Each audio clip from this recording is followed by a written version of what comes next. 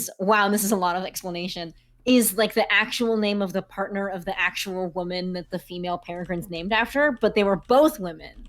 2 women that were roommates and owned an asparagus farm together in Berkeley. So everybody vote for Lou so that they can be together forever. Oh God, we're live. You heard that stream. Vote for Lou. Vote for Lou. Yeah. Shout out to Lou. Vote Lou, short for Louise. Shout outs to Lou. Shout outs to Louise. Yeah. Hell yeah. Hello, Louise is a everyone. good name. Hope everyone is having a good night so far. Sup, gamers? Sup, epic gamers? This is Poggers. Yeah, what's Oh God.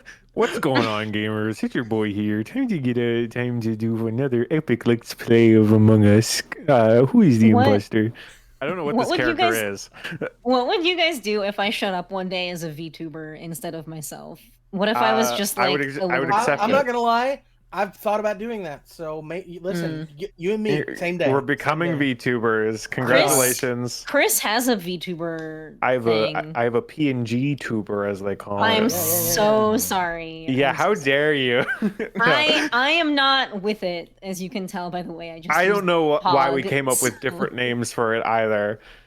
It's just not a 3D model, is what people care about, I guess. Sure. Next time we stream on April 1st, everyone shows up as a VTuber. Is April 1st a Tuesday? April 1st is a Monday. Well, we could go on the 2nd and be like, haha, April Fools. You can always April be a Fools, late. we did it April 2nd. Congratulations. You've been fooled. Wolf from Ori's stream is a VTuber, and he recently attached his stream stream rewards and things of that nature to things that they can do to the VTuber. And so like if you spend like 10,000 channel points, you can drop like a cardboard box on top of his avatar and it like stays there for like a couple of seconds. It's very funny. It would be very cool to have a VTuber avatar. I have a friend who's a bat, like a bat. She's not a bat in real life. She's a bat VTuber. And she has one that literally turns her into a bat, like an actual like. Hell yeah. It's dope. It's a gif of a bat with little anime eyes, and it's hilarious. Shout out to Squeak. Nice. Right. Yes. Shout out to Bad Wolf. I couldn't squeak. Yeah, it might come up in tonight's session, but I realized that I can't make like the mewling sound or the meow sound of a cat because my mic has a gate and it stops like too high notes. Yeah. And it's very annoying, which I think it happened maybe in one of the other sessions in season 2 where I was trying to meow and y'all were like, I can't hear anything. I think you're right. Yeah. But I think the gate was on Discord only, so I think you still came through in the recording in the Twitch stream. But for us, we still. I think that happened at some point too. I think you are correct. Yes. If in case it hasn't come across anybody's radar, we also didn't do announcements tonight. I will write them up next time. I had a long day at work. Oh no. I understand completely. We were just hanging out. My mother will be so disappointed. But obviously, as always, a shout out to Chris's mom. Yes. We don't have flowers this time, but maybe we'll put up a flower emoji, Bitmoji, just for not Bitmoji, just a normal emote. She was very worried because this is basically her bedtime, and so damn, she was like, Chris. because I told her, I was like, oh, it's 8:30, and she was like, why'd you move it back later? That's my bedtime. And I'm like, I'm sorry. Things had to be done. So sorry, Chris's mom. It's, you know why? It's my fault. It's because I'm in school again and my class doesn't end until 4:30 my time. It's my fault. It was required. It's my fault. It's your bed. Mom, go to bed, please. She just told you to shut up, Chris. Damn, roasted by your mom. Moms are really good at that. Oh yeah. You ever notice that? Moms are like especially good at roasting. Oh, well, they know your deep dark secrets. Correct. And it's not even talk back. Yeah. Like if you try to counter, you still lose. That's the problem. Yeah. Correct.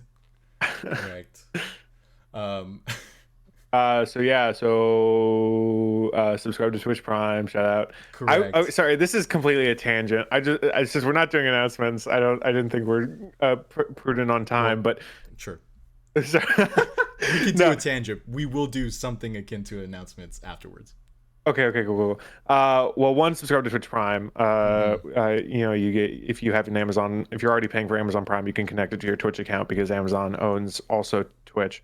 So you get a free Prime subscription to your favorite little streamer. So you just click that little. If you click the subscribe button, there's a little checkbox that says subscribe with Prime, and you get that. If you give it to us, it's basically free because you're already paying for it, and it just takes a little bit of the money that you were given to Jeff Bezos, and you're sending it our way. And we love it. It makes me a little happy boy. My tangent was that I noticed someone was like, in our YouTube comments, people were someone was watching season 1, and I thought that was fun. I don't know. I just thought I would mention that as well. I was like, check out our YouTube channel because I guess someone actually did it. Someone like there was a comment 4 weeks ago of them on episode 3, and then they commented on the season 3 episode 1 upload that they had just finished season 1, and I'm like, cool if true. That's a good How many point. It's a 140 if the full VOD length is 140, but if you're watching just like the role play segments that I've cropped out in the time codes, it's like 120 something. Correct. Big shout out to Chris for doing that. Yeah. That's the other thing I did this weekend is I reformatted all the data tables just for the hell of it to make it more condensed, and that made me a little happy. With that in mind, our socials are in chat: Instagram, Twitter, YouTube, and our Discord channel as well. The bot is live this time around. We got that figured out. So Wonderful. I think all of us are moderators, so you should be able to. Welcome back, Nightbot. Correct. Nightbot is back. Missed you. With that in mind, real quick shout out to Patrick. Patrick Costa for our amazing artwork that you see on our current stream right now. We also have some full body artwork that you can check out on Instagram and Twitter as well, which will soon be implemented onto our overlay as well. So keep in tune for updates as well. Trying to think. The VODs are going out on Fridays. I just had a very long week at work, but I will. Trust me, it will happen this week on Friday for sure. I will not fall on the wheel again. I apologize for that, but you don't. It's okay. Tell me you are a person. Thank you for noticing. My disguise is working. Maybe. Yeah, you are a person, question mark. You are a person just like all of us who are regular people and humans. This is just actually like you my VTuber avatar. It's just so We are actually really well done. We're That's actually all crazy. anime girls. All of us are anime girls in real life, and this is our VTuber. Yeah. I'm an e-girl, actually. This is a wig. I've got knee-high socks on. Don't worry about it. Me too. Guys, we're being VTubers now. It's all. Get ready. Next season, we're all gonna be playing e-girls. It's the whole season. Oops. I'll fucking do it. I will too. Yeah. Guys, Let's go. season 4 monster of the week. First, Oops, all e-girls. Oh, oops, Oops, all all e-girls. e-girls. First Turntables member. What is the least inappropriate thing that I can finish this out with? Because God. because the first things that came to my mind were very bad. You know what? Never mind. Okay, cool. Okay. So You're scaring me. I'm trying to think. I think that's pretty much all that we have. We do have some things in the works to kind of like release in the next coming weeks. We still have our PowerPoint party, which is already recorded and edited. We're just trying to find a date in order to air that. This is our second PowerPoint party. The first one is on our YouTube. It's a lot of fun. The second one is also a lot of fun as well, in my opinion. And I think we will be doing our Snack Check podcast sometime in March, I think. And so that will be coming up later. For those of you who don't know what the Snack Check is, we usually take like a 10-minute break some point in this in the stream.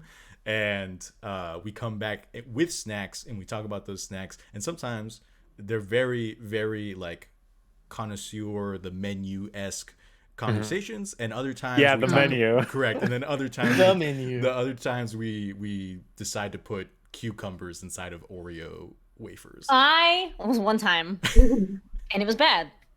Lesson learned. Correct. But it's a lot of fun, and we just decided to take that bit and make it a charity milestone. So we're going to professionally audio engineer a podcast of these things. If you'd like to know more about the Snack Check in general, join our Discord and check out the Snack Check channel. There's a lot of fun discourse there. I Correct. It is posted some Eric. fruit that looks like raw meat earlier. yes. It was really gross, Mars. Just like so much Yeah. grosser than I ever could have imagined. Yeah, that's the state of fruit at University of Wyoming. And if you I can also get apple. That's so true. Also, since Eric mentioned in chat, again, if you want to see Eric hating the Snack Check podcast even more, again, check out Return to OE on YouTube. A full self-contained season, shortest season we have, 12 episodes. You can get it out in a weekend. No, you couldn't. I'm sorry. It's like 45 hours. It's very good. If you though. don't sleep If you or don't eat sleep. or use the bathroom. Yeah. It is. It's also the Uncharted Worlds system as well, which is powered by the Apocalypse. But it's a very fun sci-fi opera campaign. The cast and Eric knocked it out of the park. Definitely 5 stars, 10 out of 10. Recommend. Check it out. I think I want to say that's pretty much it. Does anybody else have anything to plug or shout out before we jump into the intro? Nope. If not, I like so. the last thing that I will leave things with is check out twitch.tv/Aurelio with the 3 instead of an E. And I play Fushigi Ball. I play Fushigi Ball Monk. Have you learned it yet? Have you learned to 5e. juggle it yet? It's been a week, Dustin. No, I have not. I expected you to Listen, master Y'all it by gotta, y'all next gotta, y'all gotta touch Monday. base with me in like 3 months. I'll still be here. So y'all can definitely ask me then, and I'll do some tricks on stream. Correct. Eric is correct. You could get it out in a weekend if you're not a wuss. Correct. Stop so being a true. wuss. But Yeah. It's a true bestie. with I mean, that if your weekend starts on a Friday, you could maybe. I don't know. true, yeah, that's fair. Friday night, Oh, Friday night. Yeah. That's it. knock Friday out 6 night. hours. Friday night. I'm going live. I'm doing an OE watch party. Let's go. 48 straight hours. 48 do it all straight in one hours. I night. don't sleep. Yeah. Do it all in one night. If you're It's not just a me wuss. God, could sobbing you in imagine how physical pain. how chaotic that would be if we did like a live cast, like 48-hour stream of Just watching. us talking God. over ourselves. Correct, of watching. Yeah. OE. I'll Oh be my like, Miss, God. I really appreciated it when I did the slurp noise this time. I thought it was very tasteful in this joke, in this moment. It felt it added a lot to my character. We do love to torture ourselves, so maybe we'll make it a charity milestone in our next one. So with that in mind, let's go ahead and jump into the intro. Everyone, thank you for joining us. Let's hit it with some Monster of the Week.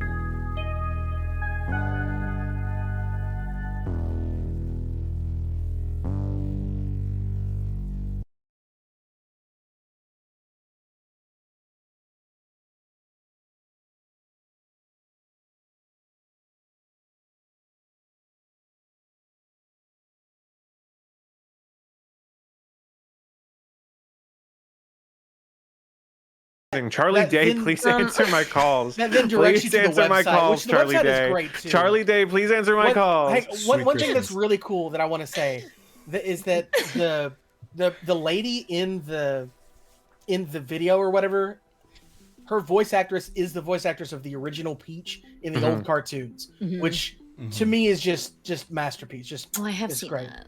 It's good. Okay, I'm done now. Sorry. We're back. What's the finger? Cool. I have a thing to say, but I'm waiting my turn like a good person. Go ahead, Masha. Y'all are gonna hate me for this comment, and I'm so sorry. But Saul, when you came back, you had 2 little strands of hair draped on your face, which is a very e-girl thing. Yeah, it's not my friends and I call them slut strands. Oh. Well, because a lot of the times, like, they're like the only part of the hair that's dyed, and it's like really long, and it makes you look really cute. I try to do it, but my hair is too, I don't know, it doesn't do it. You, Yeah, So I tried to anyway- do it I too. you can't know do it who I either. just realized had a slut No, strand? it's not okay. You scared me, Do Dustin. you remember from the pivotal Disney Channel movie Sky High, the character War and Peace? He was the guy with the I fire do not. powers. Oh, I do. Okay. And he has one strand of hair that's dyed red. And like Oh, that usually is he has his true. hair like all the way down. He's kind of like this goth punk guy. I have to look And him then up now. we find out that he works at a Chinese restaurant and he pulls his He's hair kinda back, Taylor and he's got, Lautner-esque. like, yes, correct. And he's got like a red strand in his pulled out hair. And I was like, that's definitely a slut strand that he had dyed like that. I've never heard of this called. terminology. I Warren, didn't think it was a thing. WRA. I think Ranger from the South put it in chat. Oh my god, for real. Yeah. Super, a Yeah. lot. Wow. I love Absolutely. I love a chunky hair dye job. I love a chunky highlight. So good. In Mars said, "In my heart, Arthur Rain has slut Well- strands." He could. It wouldn't be hard. All you gotta do is put your hair up and then leave a couple out. Like, it's just, it's uncomplicated. The problem is right now my hair is like layered, so like the front I can't tie it all the way back anyhow. So like I have it with bobby pins, but they will eventually escape because it's just a lot of hair in general. Do I need to send you a bandana? Mars and I have matching bandanas because of Gen Con. Me too. To answer your question, Eric, his name is even cooler when you consider that his mom is a hero and his dad is a villain. And so the fact that his name is War and Peace is Oh my god. chef's kiss. Sky It's High great. has too much lore for me. I just can't. It's just too deep. I can't believe that any of you would ever say that there's something that has too much lore. That's like breaking my brain right now.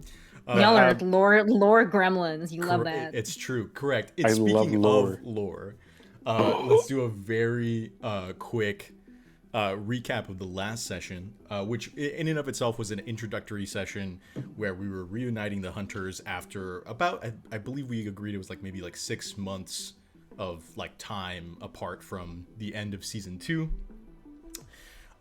We talked a little bit with Philip, who was still on his quest to find the Fogwell within the vast recesses of the Fogwellian, that's a word, Fogwellian forests in and of themselves.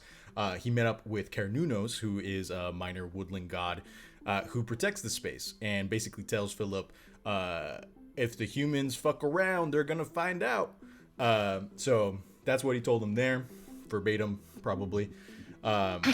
And then we met back up with Ren, who was moving back into their motel room with Arthur after several months of having to live separate because of fumigation at the inn, or the motel itself. Very cute gay vibes. And then we moved on to Fig, who was at the Miss Merrill's antique shop where she has been living for a bit of time as well. There, Fig does see Cole Van Helsing's Cole Van Helsing pass by as he returns to town from his Walkabout. Yeah, his walkabout, essentially. His tour about the country, where he was creating a podcast and a YouTube channel about his experiences and his travels as well. Season 3 is all about that, so just Yeah, wait it for out. sure, Or season absolutely. 4, excuse me. Season 4 is all Season about that. 4, so just- which is all about e-girls. it's all about actually that. it's They all all, about they Cole isn't all evil. actually they're all huge like Cole fans, and they're They Oh were all my God. inspired. Mhm. Dude, Cole just has a bunch of like Discord e-girl kittens or girlfriends. No, What is it no, called? don't say that. Don't say that to me. Don't say that to me. I won't accept this. I won't accept. You cannot make Cole Hang on, a Discord mod. I can't believe it it. has dropped to 0. All right, good night, everyone. We'll see you next week. Oh my goodness. We're gonna have to reset. That was the scariest thing that's been said on this show. I can't believe how quickly I just activated both Chris and Mars's fight or flight You responses. see Like, them tense like that? they both tensed up. I think that's a generational gap thing because the rest of us were fine. So with that Anyway, I'm in so mind- sorry, I'm no, done. It's all good. Sheriff Lester, who we have some experience with, comes by Miss Merrill's place while her and Fig are having tea. He informs Miss Merrill that there has been a murder within the town of Fogwell. I do declare. And the basically what the situation was is an elderly member of the community named Frank basically took a chainsaw to his neighbor's house, cut his way through, and chopped his neighbor to bits. It's very gory. It was very gross. The hunters convene there after communicating and kind of like making their way there, and they find the remains of the young man strewn about the foyer of his house, and they find the body of Frank. However, the body of Frank has been ripped open. There is no blood to be found on the body, and Frank's head is missing. So the hunters kind of band together and begin kind of like investigating this space. They end up finding that there is some form of clear liquid droplets from Frank's body to the window, where a set of footprints are found there. They also found out that the chest cavity had essentially been ripped open by some kind of very thin but strong instrument. Not sure what it is, but it ripped the chest cavity and also seemed to have sawed off the head as well. And then I believe where we left off, however, we will transition from there, but where we left off was essentially the brand new neighborhood watch. The Pratts, the parental residents against trouble and terror, are essentially stumbled onto the scene just as Philip was about to bring back the soul of the younger individual, I think his name was Terry, into the head to speak to it. Upon seeing these strangers within this house and this crime scene, they look out at the sheriff and they call a town meeting. We're going to fast forward a little bit, and essentially what has happened since this moment in time, the Pratts got all riled up. Several police cruisers came out of like the woodwork, and like about the same number of police officers as there are Pratts kind of like congregated onto the lawn.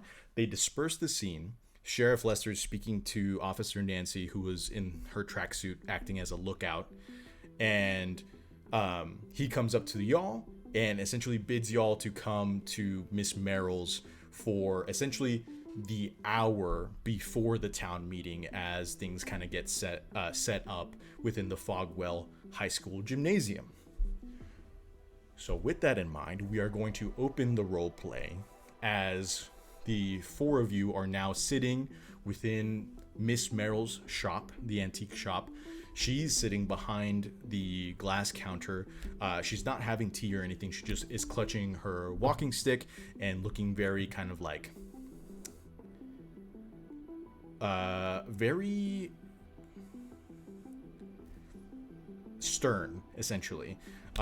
Sheriff Lester is there as well, kind of like at the doorway, looking out the window, and kind of like has his arms crossed. And y'all are welcome to sit on whatever you'd like. There's definitely a stool that Fig always sits on, so that can be Fig's seat. the rest of y'all they'll find you like some folding chairs, maybe like a large leather chair, and we'll say it's like a deconstructed motorcycle, where there's still the seat but there are no handlebars, so you can kind of like straddle it. But we'll say for the sake of it that the four of y'all are now kind of seated in this area, and we start off with Miss Merrill. I only have this pen, so we'll just do that. And so she looks at all of you and she says, well, this is fucked.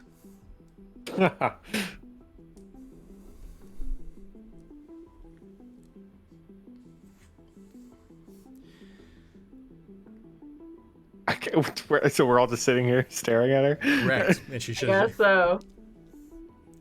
anybody, you could say something about the antique store if any of y'all have not been there. Or actually, great question. Cole, I'm assuming you would have been here a few times, just like in your time here as Fogwell. Fig has obviously been here. For Ren and Philip, I would love to know, have y'all visited the shop before? And if so, how many times?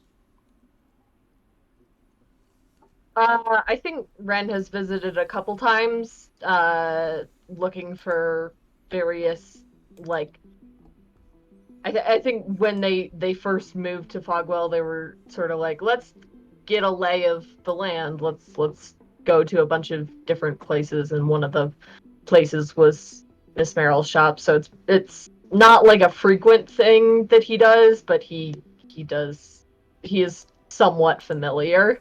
Okay. Fair enough. Chris, what do you think about Philip? Dustin, does Cole come here often? Like, is it like a? He come Okay, here good. often, Okay, Cole? cool. No, because if you remember in the first season or in last season, Mhm. I guess in first season, but I mean first season with these characters, Miss Merrill often told like Fig, don't get Cole involved in this sort of shit. So Okay. I feel like Cole has actively avoided Miss Merrill for the most part because she would tell him not to get involved in this kind of stuff. Yeah, I don't think. Yeah, I think Philip would not have entered in here necessarily. I think maybe he's seen Miss Merrill's cat around town, and so I think, and maybe he's had some fun conversations with it, one-sided, hopefully. And so I imagine he's, maybe taking in the exterior relics a bit. But I think mostly when he sees Miss Merrill's cat, or even like the taxidermied previous cats, I believe that was described last episode. Correct. I think maybe he looks at them quizzically, like, I wonder how much I could work with this one. Yeah, I'm not sure how well Philip would understand the concept of taxidermy and how that would work with necromancy per se, since it's just essentially like dried skin around like I don't know, cotton or whatever they use to like stuff the creatures. Yeah. But you do see the past cat, Ash the Sixth, on the shelf, taxidermied. Ash the Seventh, who is still a pretty young in general, is sitting on Miss Merrill's. We'll say he's sitting on kind of on the counter, kind of like playing with some kind of just like oddball like ball of receipts or some shit. I will definitely say after she says, well, this is fucked, she kind of like leans back and she looks over at Sheriff Lester, or like in his direction essentially, and she says, did you tell him already? And Lester kind of like, even though he knows that Miss Merrill is blind, he shrugs, and she like pauses and she says, you just shrugged, didn't you? And he's like, yeah, I didn't get around to it, okay? And she kind of just shakes her head and she says, she points her cigar to him in like his direction and then kind of points it in the general direction of Cole, and she says, tell him now, okay? Sheriff Lester's gonna look at you, Cole, and he's gonna be like, you just got into town. We don't really have the luxury of time. So your fancy lawyer friend cleared you of charges concerning the burning down of the town hall, right? So legally, you're in the clear. The townspeople don't have anyone to blame, so they're still pretty pissed at you.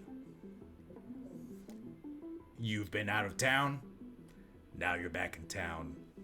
Now I'm telling you. I mean, it's not like it's the first time the entire town has hated me. Miss Merrill kind of chimes in and she's like, no, but it's the first time it's been tied to extreme property damage. Hi, by the way. Yeah, hi, Miss Merrill. I've noticed you haven't come by the shop a lot past couple months. Well, I've not been in town the past couple of months. Oh, okay. So you don't have a phone either. I've been in a lot of places without service, actually. Convenient. I've heard you have a friend, too. A little frog boy. He's right here. He's Oh, is he? yeah. I'm so quiet. I'm like a mouse. You can't see me. Oh, sorry. That was fucked up for me to say, I realized. She kind of pauses for a moment and she's like, is he this exuberant all the time? Mostly. Masha, if you're nodding as Fig, you're probably going to want to say something out loud. I'm nodding as Okay, Masha. okay, cool. Most of the Honestly, time. he's normally more exuberant than this. Yeah, actually, if he's ever not exuberant, that's probably when you need to worry. Noted. I am a big bundle of joy. That's great. We're not stepping into a bundle of joy. Okay? I hope you wouldn't step on me. I'm not really into that. She pauses for a moment and she kind of like, you hear her anxiously tapping her cane, and I'll say Fig for sure, and probably Cole because you've known her as long as well. I don't think y'all have ever seen Miss Merrill like truly nervous, at least, you know, like maybe somewhat perturbed, but like in this moment in time she is like she's almost like sweating a little bit, and she kind of like she taps her cane loudly and she says, listen. And she kind of again just kind of like takes the pause to augment what she says next, and Lester kind of quips out and he says, y'all listen to her. And she's like, I don't need your help, Lester. You cannot tell the citizens of Fogwell about the supernatural.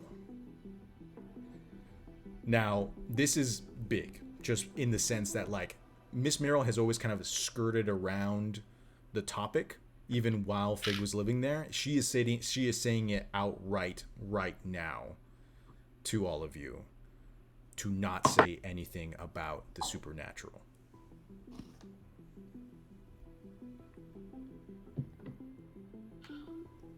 I mean, some of the townspeople already know, but we can keep it under wraps as best as possible. They have an idea. The mind can play tricks on you. You'd be surprised how normal people, well, the average person, will lie to themselves rather than face the truth.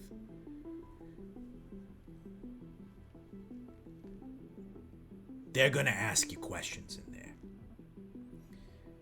I cannot guarantee that my influence nor my support of you is going to keep you on the town's good side. Am I making myself clear? So you want us to lie to them? I I'm can't lie. I'm asking you to think about the greater environment. People are pissed. The homecoming event was nearly a bloodbath. It hasn't been sunny in 3 months, I'm told. The town is angry. Angrier than when you first came into town. And most of you, other than Cole, are outsiders. And now you've been caught at a crime scene investigating a murder. There's gonna be questions, and with this new group, and you hear she kind of like pauses for a moment. With this new group, the questions are gonna carry a lot greater consequences. So, am I asking you to lie? Maybe. Are you gonna try and play the heroes now? Of all times?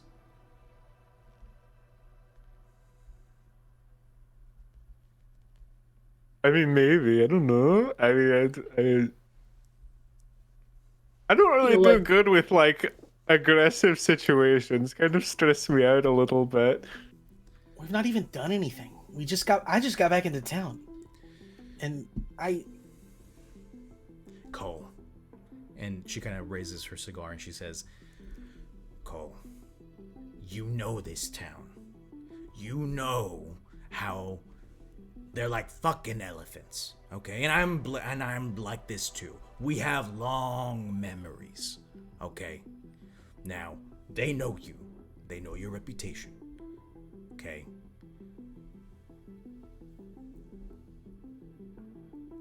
It's just not gonna be good. And I need... If I could protect you from this, I would.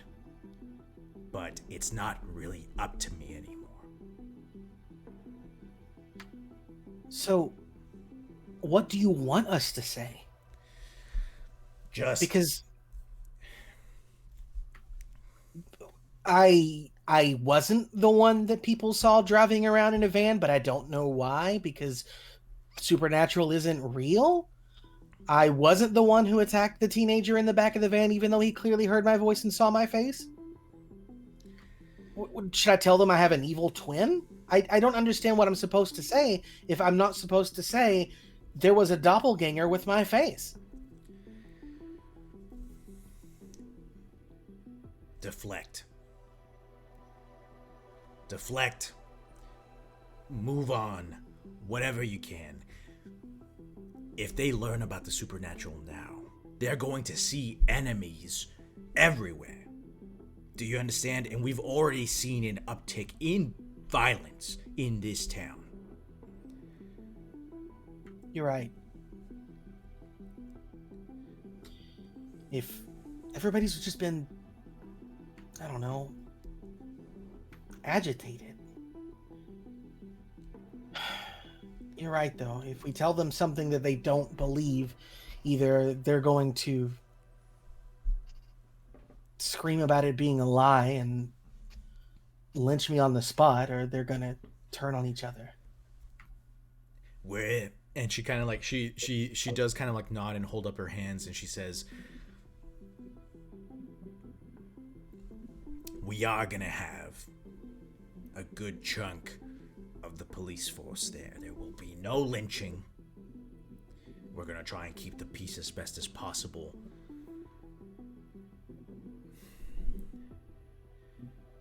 I know it's not the best situation. And there aren't easy answers. But if we can just get through this next hour, hopefully it will buy us just a bit of time for you to figure out what exactly is killing people right now. The house wasn't in the woods, right? Like, No, just this like is suburbs. okay. Okay. Yeah. Just making sure.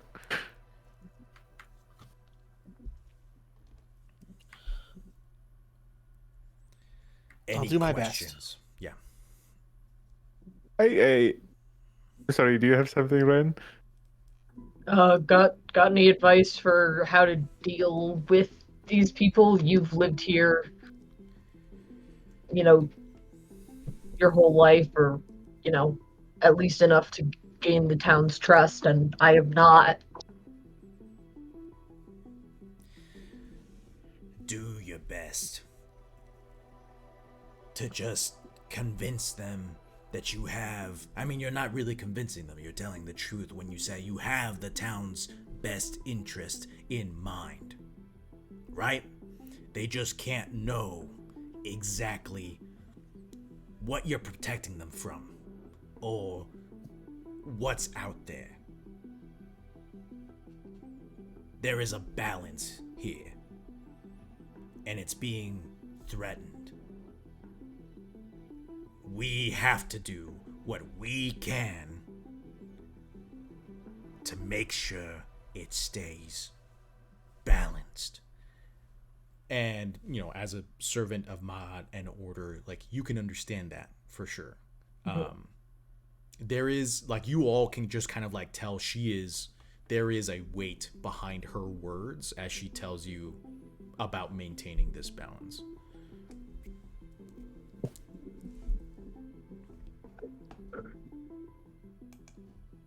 Okay. Anyway, just a quick thing, gonna point this out. I feel like them asking me questions specifically or interrogating my presence might not go well. I mean, is there a way that we could leave you home? I mean, no offense to you, Philip, but if anybody comes up real close to you, they're gonna see something odd. I mean, yes, if they want me to take off my hoodie, then there will most certainly be a problem with the whole hiding the supernatural thing. I mean, we could just tell them that you're real shy. Just deflect them to me. They want to blame me anyway. Okay, wait, so they're gonna come up and be like, hey, why do you have your hood on? I'll be like, please talk to my friend Cole. Maybe. I feel like maybe it's best if I just try to avoid it, and if they ask about me, just gaslight them. Be like, you saw a guy in a frog hoodie? Are you crazy? Speaking of seeing stuff and talking to people, have any of us even checked in on Gordon? The football player who was kidnapped by the doppelganger? We don't keep in touch. I feel like that could possibly help clear Cole's name. Maybe. Maybe he'll be at the meeting, I don't know. I have an idea for the Philip issue, but I'm not 100% sure it would work. It might just be easier just to let me sit in the car outside. Just please roll the windows down a crack. I don't breathe, but it's more of my own anxiety.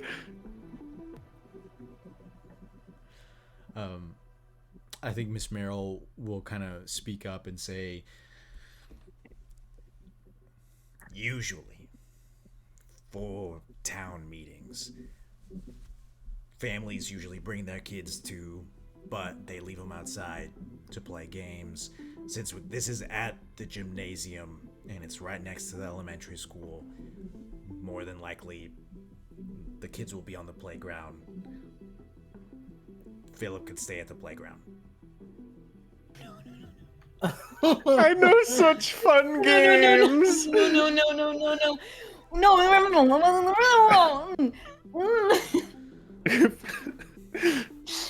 you remember what happened last time Philip was around? The child, she ended It up wasn't being a like child, a it weird was a thing. magic I child. do remember What? that because I engineered it, but yeah. Yeah. What?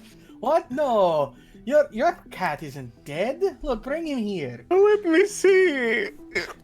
You've got a boo-boo? Summons Dark Yeah. hands to heal them.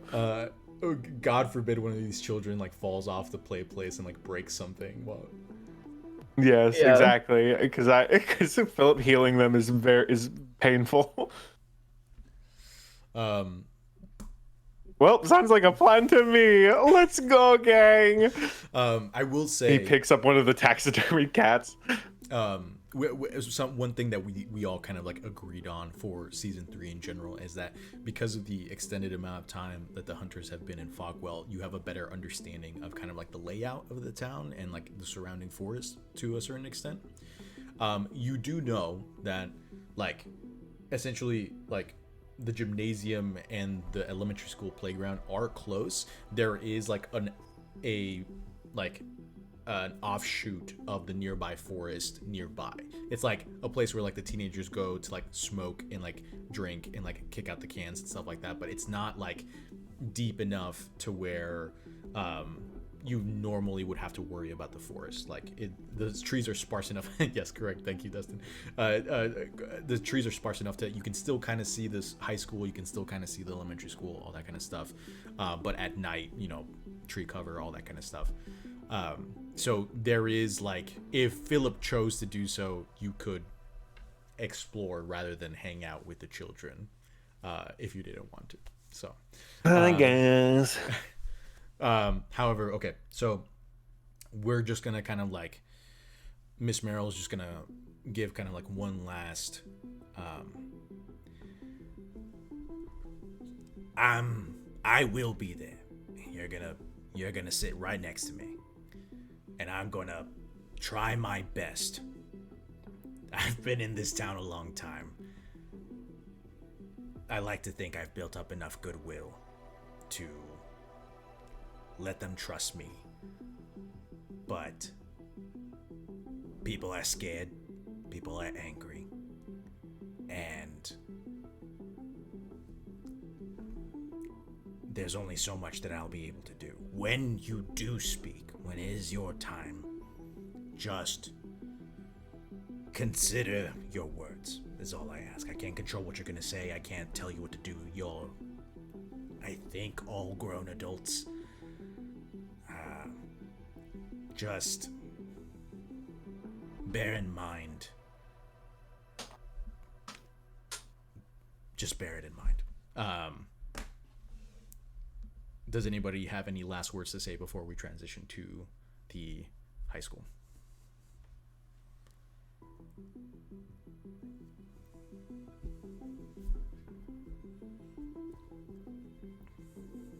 Okay, cool. Just, I guess Fig will kind of offhand comment, just like, I feel like any leads that we have on whatever monster killed Frank are running cold, and this is a waste of time. Is what Fig will say. Miss Merrill will nod, and she's like, I agree with you. I do. But a while back, I asked you for a favor.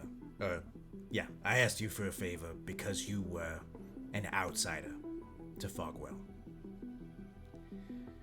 You've been here for some time, and now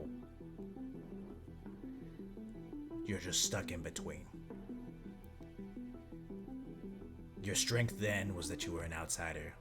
The weakness now is that you are one still.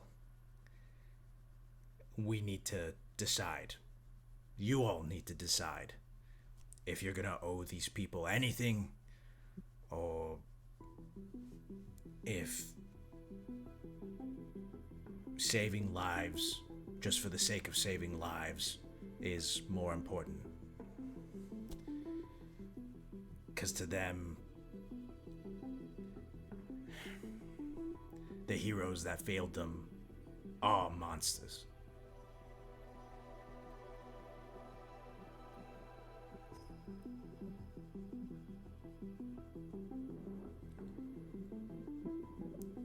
And we will go ahead and transition to the high school gymnasium. Chris, I think we can probably keep this music unless you've got something that is no, yeah, we'll probably keep this music just so Okay. it's good tension setting.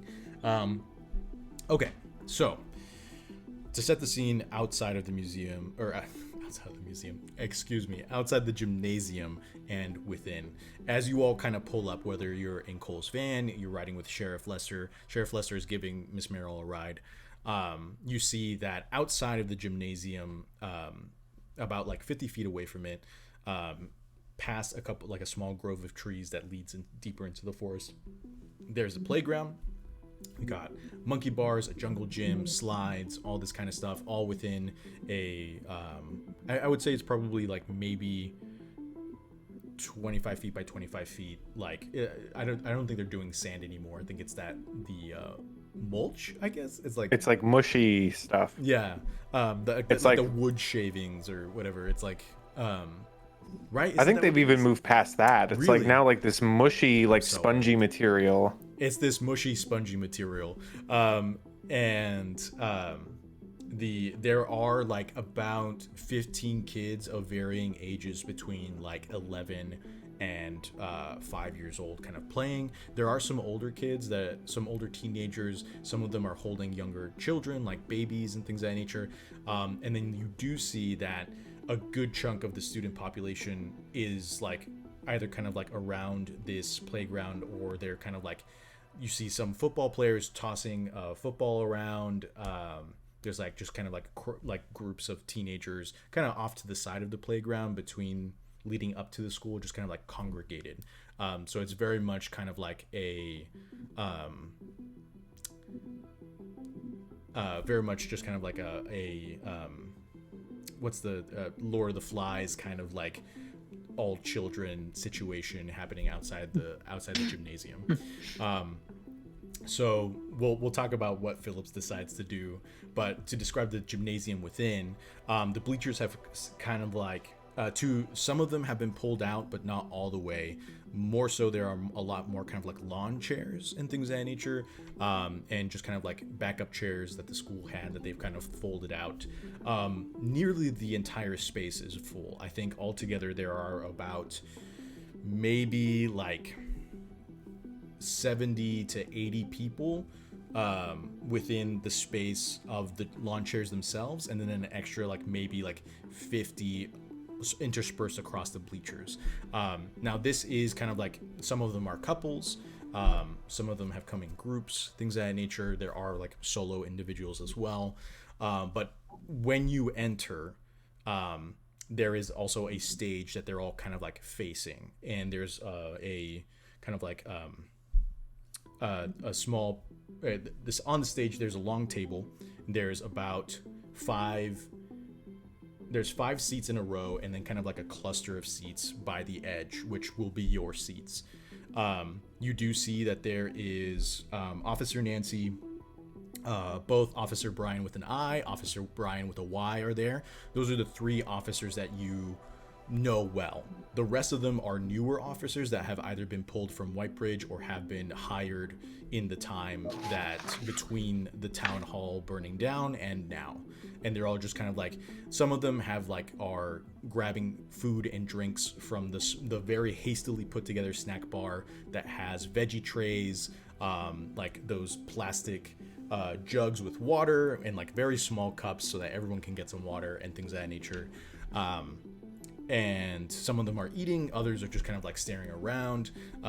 They are attentive to the general audience in general. I think overall there are about 12 officers there, kind of somewhat interspersed. As you all walk in, you can sense the general just kind of like, there's a buzz in the room. One, from all the talking, but also just like this very nervous energy that they are all carrying into the space. So with that in mind, I'd like to ask, is Philip going into the gymnasium? I think Philip is somewhat interested in this idea. Well, I think one, it's good to leave the door open just in case, to have someone on the outside for various reasons. Maybe I'll decide later I need to go somewhere to investigate. But I feel like Philip is somewhat interested in this playground. Okay, cool. Are you floating or are you walking? I'm walking. Okay. When I'm in public, I walk. Okay, cool. Or like when normal people are around, I walk. Sure. Are you heading specifically to where like the younger children are, or to the teenagers? What's the Lord of the Flies situation going on? Well, like the Lord of the Flies is just like in general, there aren't like There's no rules. There's 1 to 3 adults, and it's usually in like they're holding babies and kind of like staring at things, but like the number of children and teenagers vastly outnumber them. Yes, I think Philip is going to try and get every child's attention. Oh, okay. How does Philip do this? I think I think Philip goes off and into the middle of the playground and using his flying technique, but not not like obviously flying. He does like a cool backflip. That's just like very like ostentatious, like much Like higher than like what a normal person would do. Okay. And so to get their attention is my main goal, and then I'll start giving a speech to rally the troops. Okay. Yeah, we'll say no, I think you can fly. You can do this. I think the younger children kind of like, they're very much like, oh, and like some of them kind of like clap softly as you do it. The teenagers, however, kind of like look at you like kind of weird, and some of them pull out their phones to film you. Okay, cool, perfect. Cool. Do you want me just to keep doing this? Oh, thank you, Womakin, for subscribing. Appreciate it. Oh my gosh. Hey, what's up, Chris? Thank you. The alert played because it works. So Not for us. not for you, but you know, if you were watching, I felt it in my heart. You'll probably be able to hear in the recording. I read it in chat. Okay, dope. Don't worry, Womakin, we totally forgot. But as we'll go. I'm very interested with this Philip storyline that we've set up outside the gymnasium. However, I desperately need us to continue this thread inside. Understandable. So I'm going to transition us inside to the gymnasium. I think you've all kind of like well, here's my question for you. Do y'all want to sit by Miss Merrill on the stage, or do you want to try and find spots like I don't want to railroad y'all. Like if y'all would prefer to like walk around before heading to that spot, you're welcome to, but the like eventually questions will be addressed, and then they'll be like, where is this person? And like if you're not sitting with the group, anyway, whatever. It's however y'all will want to interpret the situation. But do y'all want to sit with Miss Merrill, or do y'all kind of? I am gonna do what Miss Merrill told me to do. Okay. Yeah, I don't think Cole has a choice at this point. Yeah. Fair enough. So you all kind of sit down. Cole, as you walk in, you can immediately tell like there are several eyes on you, and you can feel just like them staring. Sheriff Lester kind of like helps Miss Merrill up to the stage. Miss Merrill sits down. Lester sits down.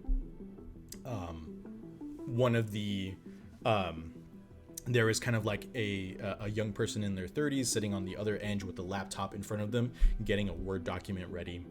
They seem to be like the stenographer who's going to be keeping like the words. And you see the mayor of the town of Fogwell, Jessica Hallow, kind of step up. She is the first female mayor of the town of Fogwell. And I think Cole would know that she had been born here, but she left and came back. She's like in her, I would say, probably late 30s, early 40s. And she has brunette hair that's kind of already somewhat graying, tied up into like a bun behind. But she's wearing kind of like almost kind of like gardener's clothes, like very loose wearing baggy pants, and she's got like a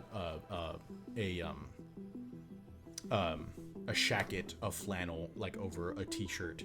And she kind of goes up to the mic and taps it in front of her, and immediately there's just this very loud sound of feedback, just like echoing out into the gymnasium. Everyone kind of begins to quiet down.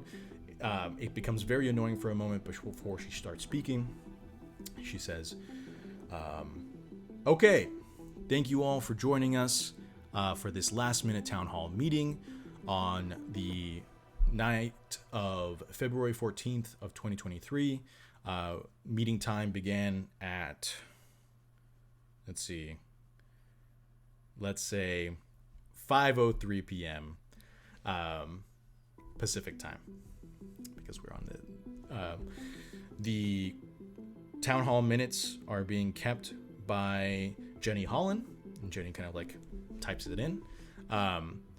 And joining us today are Sheriff Lester and Miss Merrill.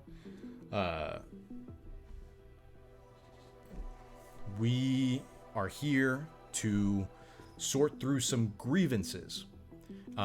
Immediately as soon as she says grievances, you hear kind of like the whole town just like muttering angrily. She says, now we will keep order. We will be having people come up and ask questions one at a time. I do ask that everyone may stay in their seats, and please do not speak when questions are being asked and or answered. Thank you. And she like pauses for a moment to kind of like cover the mic, and she turns to y'all and she says, hi, Jessica Hallow, Mayor. We don't know each other, and I've been assured, and she kind of like looks down to Lester and Miss Merrill, that there's a good reason for y'all to have been at this crime scene. I trust Sheriff Lester and I trust Miss Merrill. Please don't fuck this up. And she kind of turns back to the crowd, and she says, okay, let's go ahead and start making a line at the microphone, and let's get our first citizen to come up. Immediately you watch this young man shoot up from his seat and speed over to the mic, and you can see this young man is wearing kind of like a tattered, very baggy sweatshirt with very high shorts and like sandals. His long hair is kind of like pulled up into a really messy bun, and as he passes people by, people kind of like turn away and like shake and like as though he smells. And he comes up and he says, what's good, my dudes? And you can hear the mayor covers the mic and she just sighs, and she says, yes, Mr. Stevens, what is your question? And he's like, thank you for having me. My question is on the matter of when we will have marijuana legalized for public use in the town of Fogwell. And she's like, she sighs once more and she says, Mr. Stevens, that is not why we are here today. Please direct your line of questionings to Miss Merrill's associates. And you see he kind of like turns to the group and he's like, oh shit, Cole, what's up, my dude? Hey. Cole, you recognize this individual as Ricky Stevens. And he kind of like, he's like, Cole, when are you gonna stop by the co-op, man? We'd love to have you, dude. I've been out of town, Ricky, for the past 6 months or so, but yeah, I'll stop by and say hi sometime. Oh shit, dude. I don't go by Ricky anymore, man. I changed my name about a couple months ago to my favorite Lord of the Rings character, dude. Oh, I'm sorry. Who's your favorite Lord of the Rings character? Well, you can call me Boromir, my guy. Oh, Boromir Stevens. you got it, Boromir. And he kind of like he turns to the stenographer and he's like, it's spelled Broromir. The first R is silent. Cool. I'm leaving. He turns back to Cole. He's like, yeah, man, we'd love to have you at Rivendell anytime, my guy. And you can hear like someone in the crowd yell, go back to your compound, hippie. And he's like, we are a autonomous commune, okay? We maintain wildlife sanctuaries within the boundaries of an ongoing organic farm. And I they're like, live on the West Coast. I know what that means. and they're like shh. And some guy stands up and he kind of points to him and he's like, all they do is smoke weed, Mayor. Like, you really need to kick them out. And he kind of like turns to that person and he says, marijuana is only illegal publicly in the state of Washington. What I do on my private property is my business. Thank you. What's your website? Rivendell.co.edu. And the he turns and he spells Rivendell out as Rivendale. So it's like Riverdale, but instead Rivendell. So Horrible, again, he's awful. like he spells it out and he's like, the Token Estate, they are fiends. And the he kind of like the mayor's kind of like, I'm trying not to let this be a session where I'm just talking to myself. We will jump to questions, y'all. I promise. No, please. But get Miss Merrill in here too. Like, just let's get all of them. He is going to the mayor's going to be like, Mr. Stevens, please, do you have any pertinent questions? I do not feel as though these questions are really helping the issue at hand or pursuing a coherent line of questioning. And he kind of like pauses for a moment and he says, all due respect, Miss Mayor, a person who asks a question is a fool for a minute, but a person who doesn't ask questions is a fool for a lifetime. And she pauses for a moment and she says, are you finished, Mr. Stevens? And he's like, yeah. And he like turns and like leaves back into the crowd. I want you all to know, I had a lot of like pent up chaotic energy after work today. So I came up with this character 30 minutes before stream. And I'm very glad that y'all enjoyed him because this is a very high stress situation. I wanted to break it up with a little bit of humor. You've ruined it now because now the rest of this, after this is done, we're all going to Rivendell. Okay, like, we're good, going there. good. And that's where your mystery happens. Hi, sorry. It's just sorry. That's Excellent. My mystery is gonna be no. Never mind. I thought the funniest thing was the name Boromir Stevens. Oh man. Boromir Stevens. God, horrible, awful. For the sake of the future, if he ever ends up on a t-shirt, we gotta make sure that it's spelled the right way so that the Token Estate won't chew us out. Anywho, there's like, everyone's just, as he goes back to the seat, you can hear like there's some like booing and like there's some people kind of like in the bleachers in their early to mid 20s kind of like laughing, you know, just kind of like enjoying the chaos that this man brought with his like with the first questions. And then immediately you hear the room kind of like go a little quiet as this group of prats walk up to the mic. And there's one at the lead, a man kind of like in his late 30s, pretty much you could argue 40s. And he it seems to be like he has kind of like an inverted sweater where everyone else is wearing navy blue with like yellow letters, very SWAT. And he is wearing a yellow sweater with blue letters that say Pratt. And he kind of like walks up. He has maybe like 5 or 6 individuals behind him. You all do notice that like of these 5 or 6 individuals in the far back of the area on the gymnasium floor, there's about maybe like 15 other people wearing the sweaters just like in the back of the crowd. So it's like not the whole town, is Pratt's, but like they have like a decent following at the moment. This individual comes up, and he and Miss Mayer kind of like nods to him, and she kind of like gives you all a side glance, and she speaks into the mic, and she says, Mr. Foster, if you would please list your name for the record. And the man steps up and he says, my name is Jamie Foster, Jamie Gamie, and I'm the founder of the Pratts. You all know me from the work that I did with the original Neighborhood Watch. I'm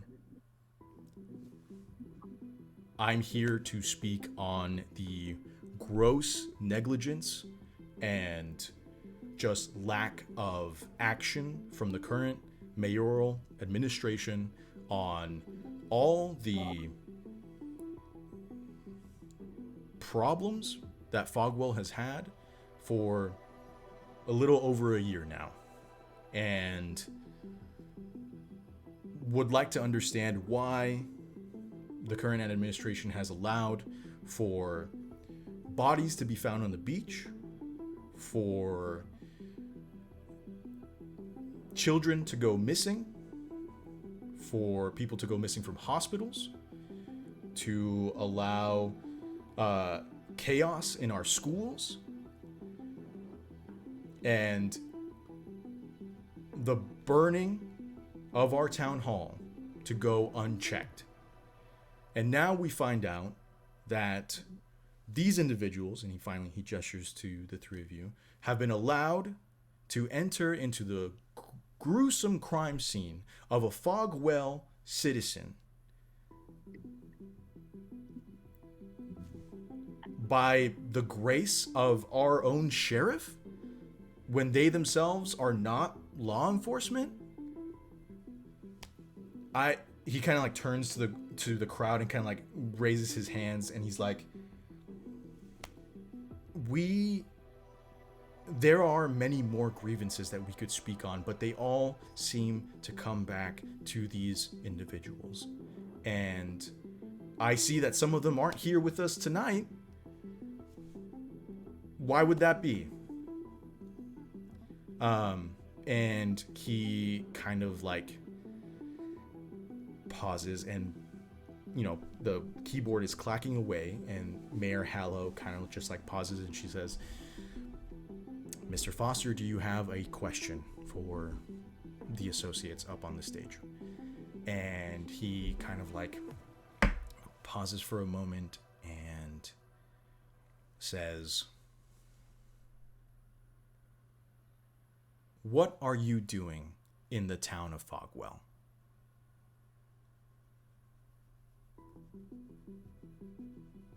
Now, as you all are all, I'm going to talk a little bit as you all kind of like maybe consider your answers. In this time, as the as you are being questioned within this town hall, the situation is open for y'all to roll and use some mechanical moves if you'd like. If you have any moves that pertain to maybe specifically like manipulate someone, or if you just want to use them to observe the scene. I think when I originally thought this up, the most apt one would more than likely be read a bad situation, which I think we could all agree this is kind of iffy. Whichever of those questions you would like to ask from read a bad situation are welcome. There will come moments in the RP where I will be asking y'all to roll manipulate someone, specifically for the sake of like the crowd's reaction, if that makes sense. You will be the person that you will be kind of like that will be directing the, you've got to do something for me right now in order to prove it, will be the person who asked the question. But your roles will determine how the crowd just kind of like, whether they come in your favor or they fall out, if that makes sense. So just bear that in mind as we move forward. And if any of you would like to go ahead and make any moves about observing the space or the current situation, things of that nature, you are welcome to.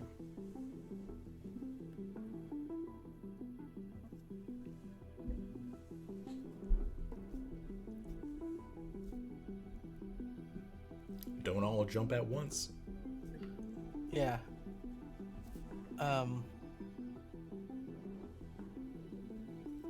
Oh, I am aware. Uh-oh. I also am aware that Cole dropped his charm for this new playbook as well, and I was like, man, that's gonna suck for my mystery. Not by much. Not by Okay. much. He went from +2 to +1. Okay. So I didn't dump it because I knew that he was the talkie man. So no worries. No worries, everyone. We're okay. And I will bump it up when he levels up again. But okay. I'm just okay.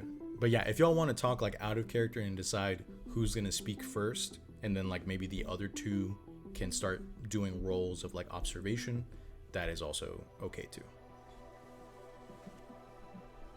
I mean, Fig would always read a bad situation. Sure. Yeah, I have an idea of what Ren can start saying, or Ren has an idea of what he wants to say. Okay. So is Cole. Cole's ready to counter this guy. I also have an idea of what I would say. So we'll go ahead. So Ren or Cole, whichever one of you, let's say Ren goes first, and then Cole you can support after, and then Masha just be thinking about what specific, or like if there is what specific role Fig would want to use in this scenario. But I will open the floor to y'all. So Ren is going to kind of stand up and say, I am not a law enforcement, you are correct, but I work with a organization that is meant to bring order. Michael, as a temporary resident of Fogwell, is to keep your town safe. Even though I am not within a police officer or have legal standing, and Sheriff Lester, and I'm sure Miss Merrill can vouch for me, that I have experience investigating mysteries like this, investigating murders, investigating the gruesome and the terrible, and just because I am not with a organization you are familiar with or aware of, does not mean I'm not here to help keep your town safe. Cool. Cole? Real quick question out of character, and I think Masha is going to be the one that's most likely able to answer this. What was the kid's name in your mystery? Gordon. Or even just the family's name? Gordon? No, Gordon was the football kid from. Wait, in my mystery? Oh, your the fam. I straight up couldn't tell you. I'm right sorry, now. I couldn't either. And I'm sorry to spring that on you. No, it's okay. Laramie's, In the move, I think I lost all my notes, and I still can't find my character sheet, like my original sheet. I think I'm missing something. It's fine. So then I'll ask you, can I just make up a name and then just roll with it for now, and then we can correct it totally, later? if you want. Because Like, who I am wanna ask referring when we Is that- upload is it that to YouTube, we'll look it up and then quickly dub over. That's not gonna happen. We're gonna just say it's a proxy for the time being. Masha, Yes. is that okay if we just kind of throw out a name for the sake of using it in this moment? Yeah, that's fine by me. I mean, for all we know, they've entered witness protection and changed names. So, not successfully apparently. If we're using the new name, but you know. What I mean. Yeah, I promise that I remember your mystery. I just don't remember the name. Are they here tonight? So, like, can I see that they are here tonight? You can. Wait, Okay. these are the people whose son turned into a panther, right? Correct. You Okay. can see that Catboy. they are sitting kind of like not on the same side where the Pratts are sitting. They're kind of like off to themselves. There's like an empty seat next to them, but they're just kind of like they're watching, even though they are like staring at you and Ren specifically. Okay. I have a few things to say about that. You've mentioned, bodies on the beach and people who have gone missing in the woods or from hospitals.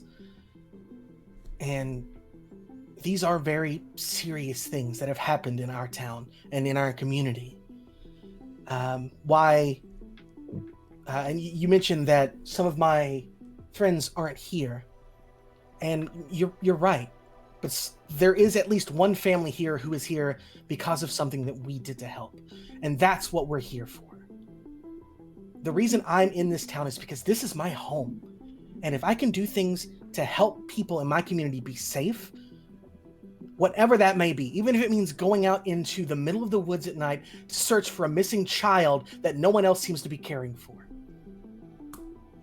If it means that I'm invited rather than breaking into a home like you guys did earlier tonight, into a crime scene that you broke into without the permission of the police, if it means that I'm invited to help because they need something from me, I don't care what I have to look at. If I'm helping my town, if I'm helping to protect this community, I will do it. That is why I am here.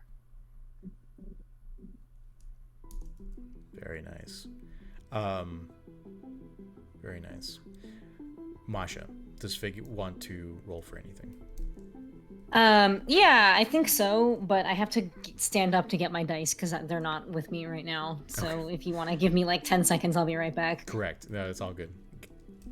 No, that was very good. That was very good RP, Dustin, for sure. Do y'all want to do like one of you does help out and the other one does manipulate someone, or do you both want to roll manipulate someone? I'm fine with whatever. Mars. I think Ren's going for a manipulate someone. Okay. So what Cole does is up to him. Cole will do the same thing. Okay, cool. So then both of you go ahead and roll me manipulate someone. Shit. What you get, Mars? That would be a 5. Cool. Go ahead and mark experience. Yep. I got 11. Nice.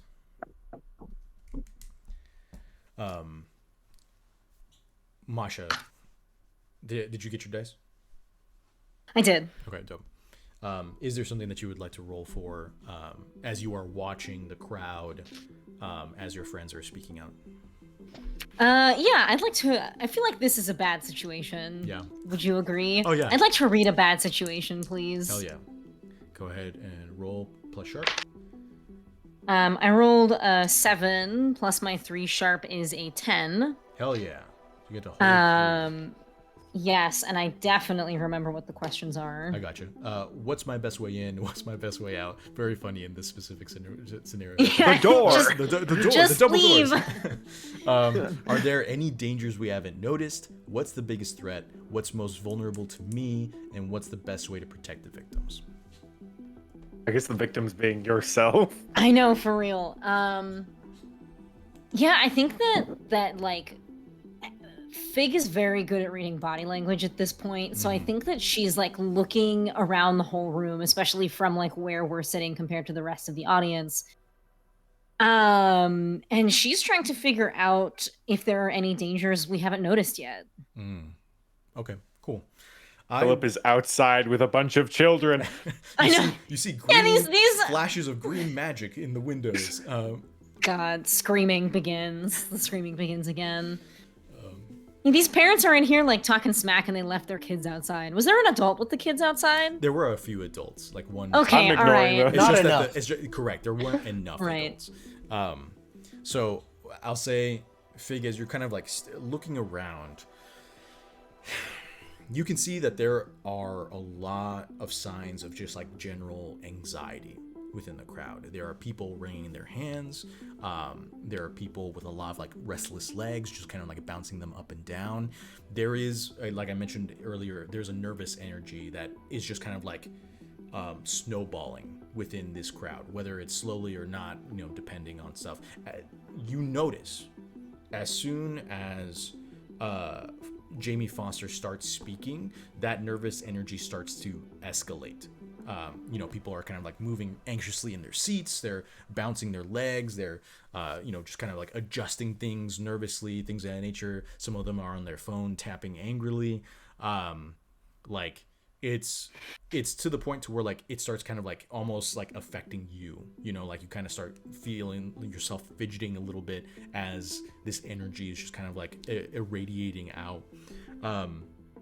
I'll say you also notice that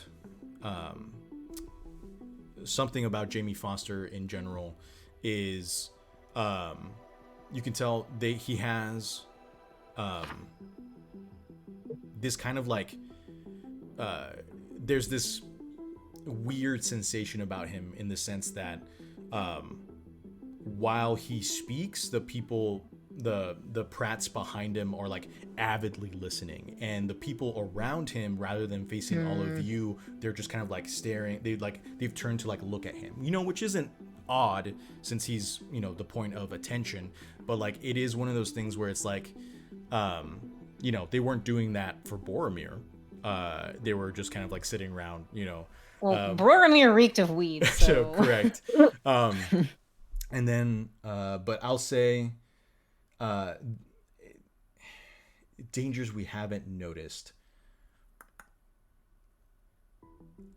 I'll say right now, dangers you haven't noticed. You can see, Fig, near the Pratts, there is a young man. He's maybe in like his late 30s, and he's wearing a gray blazer and pants with like a black turtleneck that kind of comes up to his neck. He's got slicked back hair. He looks very kind of like tech bro-y in general. He's got like an AirPod sticking out of his left ear, and you can see as Jamie was speaking, this man was moving his mouth in sync with what Jamie was saying. And I'll say that's what you get from the are there any dangers we haven't noticed?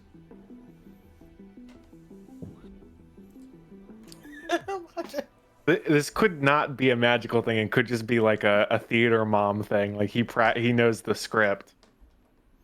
Is this man like an industry plant? Like, okay.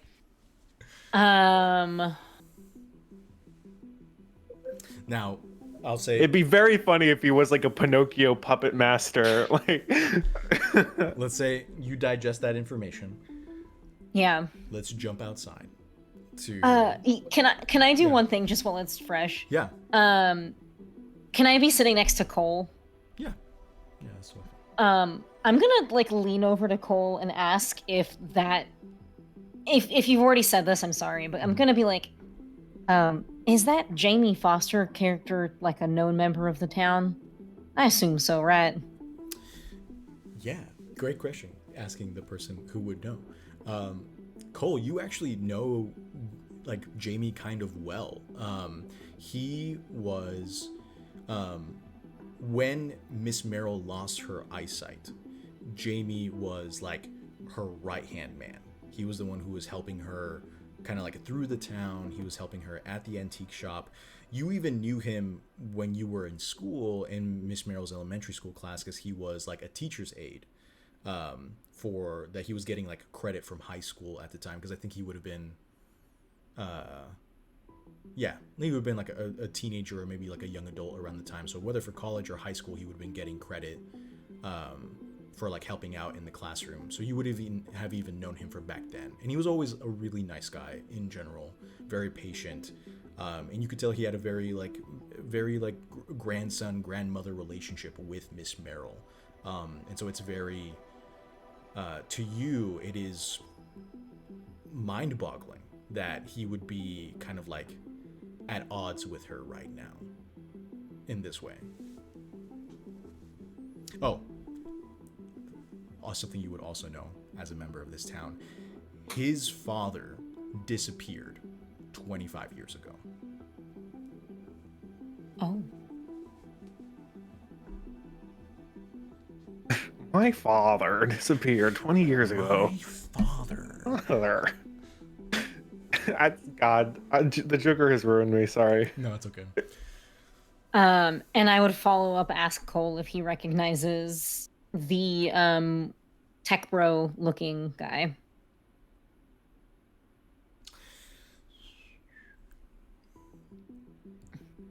Cole, I will say, does not recognize him.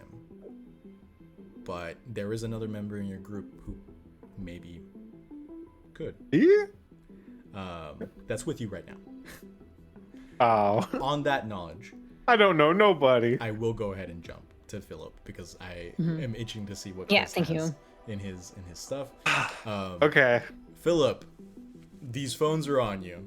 Okay. The children are in avid Oh, no. attention. How are you getting your minions to follow Okay. your call?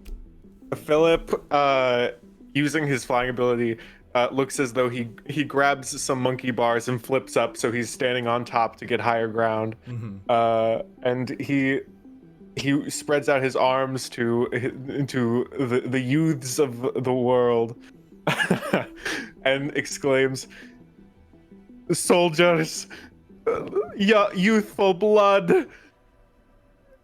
Democracy is a government of brute force.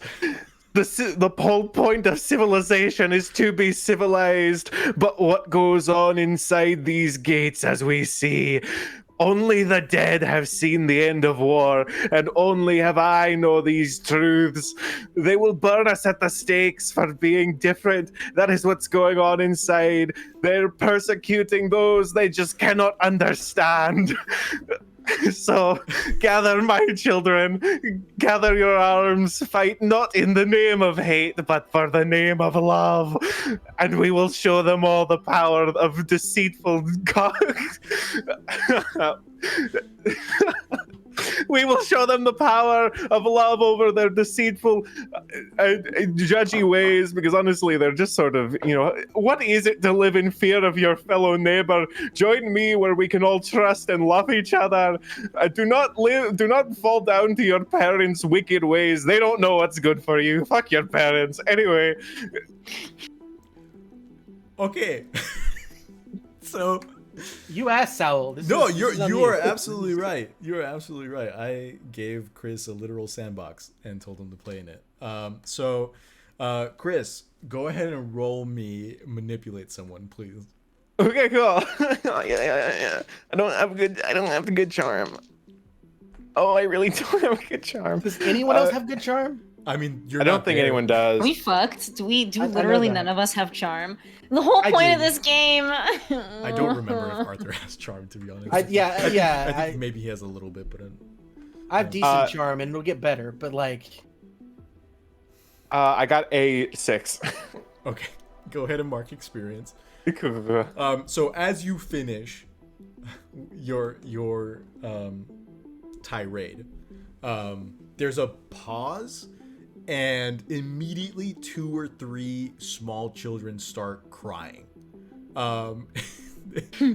He's like,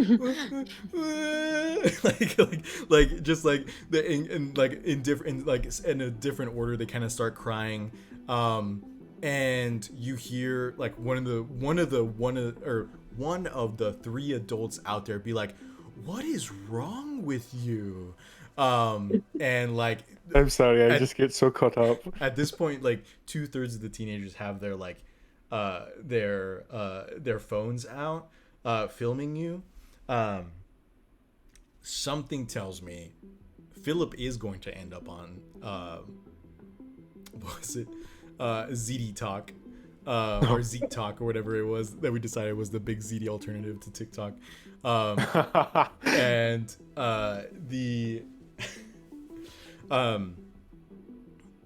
and I think like you see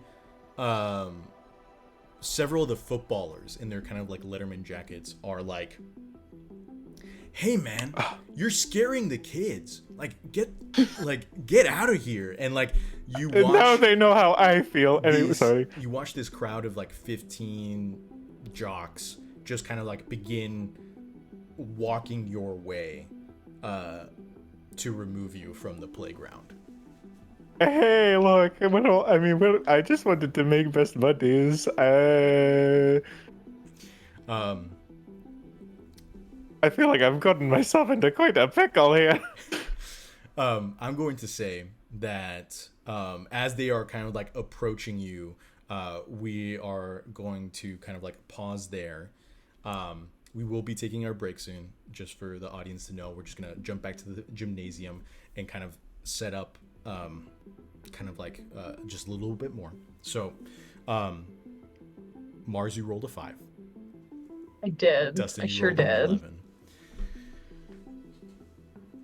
Jamie Foster listens to your arguments. For the sake of it, he doesn't cut you off. He doesn't like, he's not like red in the face, spittle coming out, like just trying to like shunt vitriol your way. He is listening to your arguments. However, once they are finished, he kind of pauses for a moment and he says, "Tell us what organization you work for. Is it the government? Are you a government agent? Is this a nonprofit? And why is a nonprofit dealing with these things? You tell us to put trust in you, but as Cole said right now, y'all are willing to be vigilantes and work outside the law as well? You don't care about what these people in this room care about, or that we are, we live here. Cole lives here. I'm surprised to hear you say those things, Cole. I've known you since you were a kid, and I think we all know you've always been one of the charms of Fogwell. And to hear that y'all are so willing to go against the will of the community and cause chaos is somewhat disheartening. And I will say, you hear some assent in the crowd, like, yeah, like he's right, when, like, all this kind of stuff, like it just like this murmuring of assent in the crowd. Now, Cole did roll an 11. As he is saying this, you watch, Cole, those two individuals, the parents of that child, they stand up and they call out and say, "They helped us." And immediately everyone kind of like murmurs and kind of like they turn to the two individuals and they say, "They brought our boy back to us. And it's strange. It was strange. And we don't have the right words to really know how to tell the truth. But we know a fact, and it was that Cole, his friend, and another man with a very angry man, and another man in a frog hoodie, they were protecting us from something. And after they protected us from it, our boy came home." And you hear kind of like the crowd, like the murmuring assents dip down. And you can tell people are confused, but they're not like, the balance has been kept. Jamie tried to push them against you, but y'all managed to spur these two individuals to speak on your behalf, and it's the scales have been tipped again. So everything's still somewhat level within this room. Fig, would you have been keeping an eye on this tech bro during this exchange? Yes. Okay. You can Oh, see yes. a ass tech bro guy. like hello Crackety. It has Hey, Crackety. Hey, Crackety, we love In a you. minute. in this exchange, you would have seen the tech bro, like a flash of like irritation pass across his face. And but he has, as he kind of like went to stare at them, but his attention directly goes back to Jamie Foster. Jamie kind of like stares at them, and he goes back to the mic and he says, "Point of order, Miss Mayor. We're not supposed to have audience interruptions while questioning is in place." Miss Mayor, like, you can tell that she's trying really hard not to roll her eyes. She leans forward and she's like, "If we can please have the audience settle down. The line of questioning has not finished. Mr. Foster, you have a bit more time. We'd like to get to the others in line." And he says, "I understand." And he will kind of like I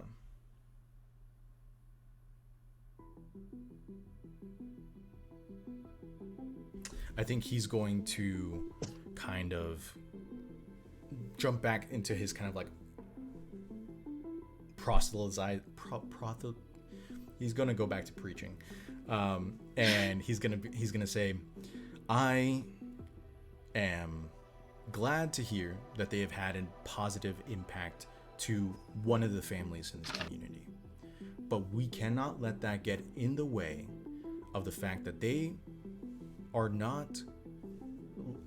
they're not officers of the law, whether federal or state or local, and they were allowed to enter a crime scene where they could have tampered with evidence, they could have gotten in the way of justice, all for the sake of what? Some kind of vendetta? Some kind of, what are you looking for? How can you help?" And we're going to put a pin in that, and we're going to take our 10-minute break, and we're going to come back with our snacks. So be thinking about how, whether Fig wants to say something, Ren wants to say something, Cole wants to say something specifically with the, like the question of like, why was this allowed? How could you actually help? So bear that in mind. We're going to go ahead and jump on our 10-minute break. Thank you all for keeping with us. We hope to see you after the break. Go take a walk, get some water, get some snacks. We'll be talking for like a little bit afterwards about our own snacks. And we will come back to this very fun situation, and hopefully we'll get somewhere interesting in the next minutes afterwards as well. We appreciate you so much, and we'll see you soon. Thank you. Snack time.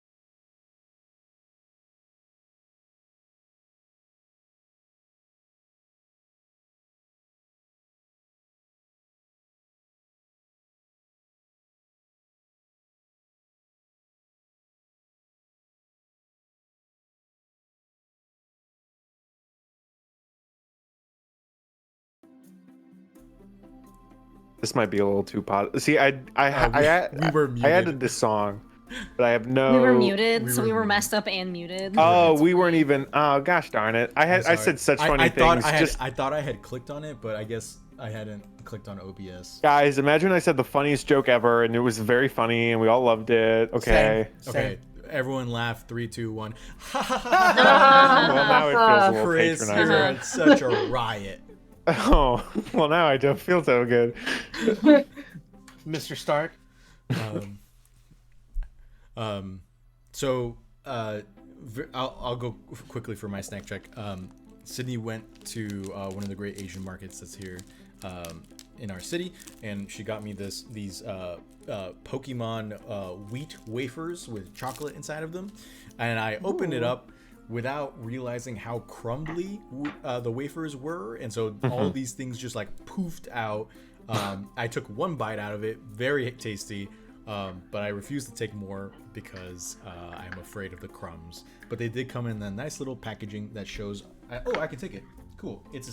I believe it is some kind of sticker with Garchomp on it, and it's very cool. Okay. What a good boy. Who's next? Masha, you're eating something actively. That's I'll probably go. delicious. Yep, I'm having cup noodle Oh, baby. Nice. Woo. I've never Because had 'em. I don't know. I think I went briefly into my house, and I saw a local chicken joints bag, but no one was there to tell me whether I could eat any of it. So I made cup noodle. And then I have a hot shocky on deck in my Mothman mug, Very nice. Nice. but it's like fucking boiling hot right now, so I gotta wait. Don't hurt yourself.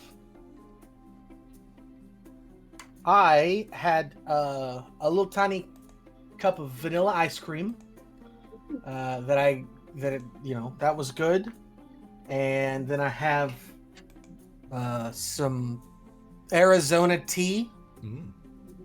half and half, and for later I've got a little Reese's egg. Nice. And that's me. That's my snackings.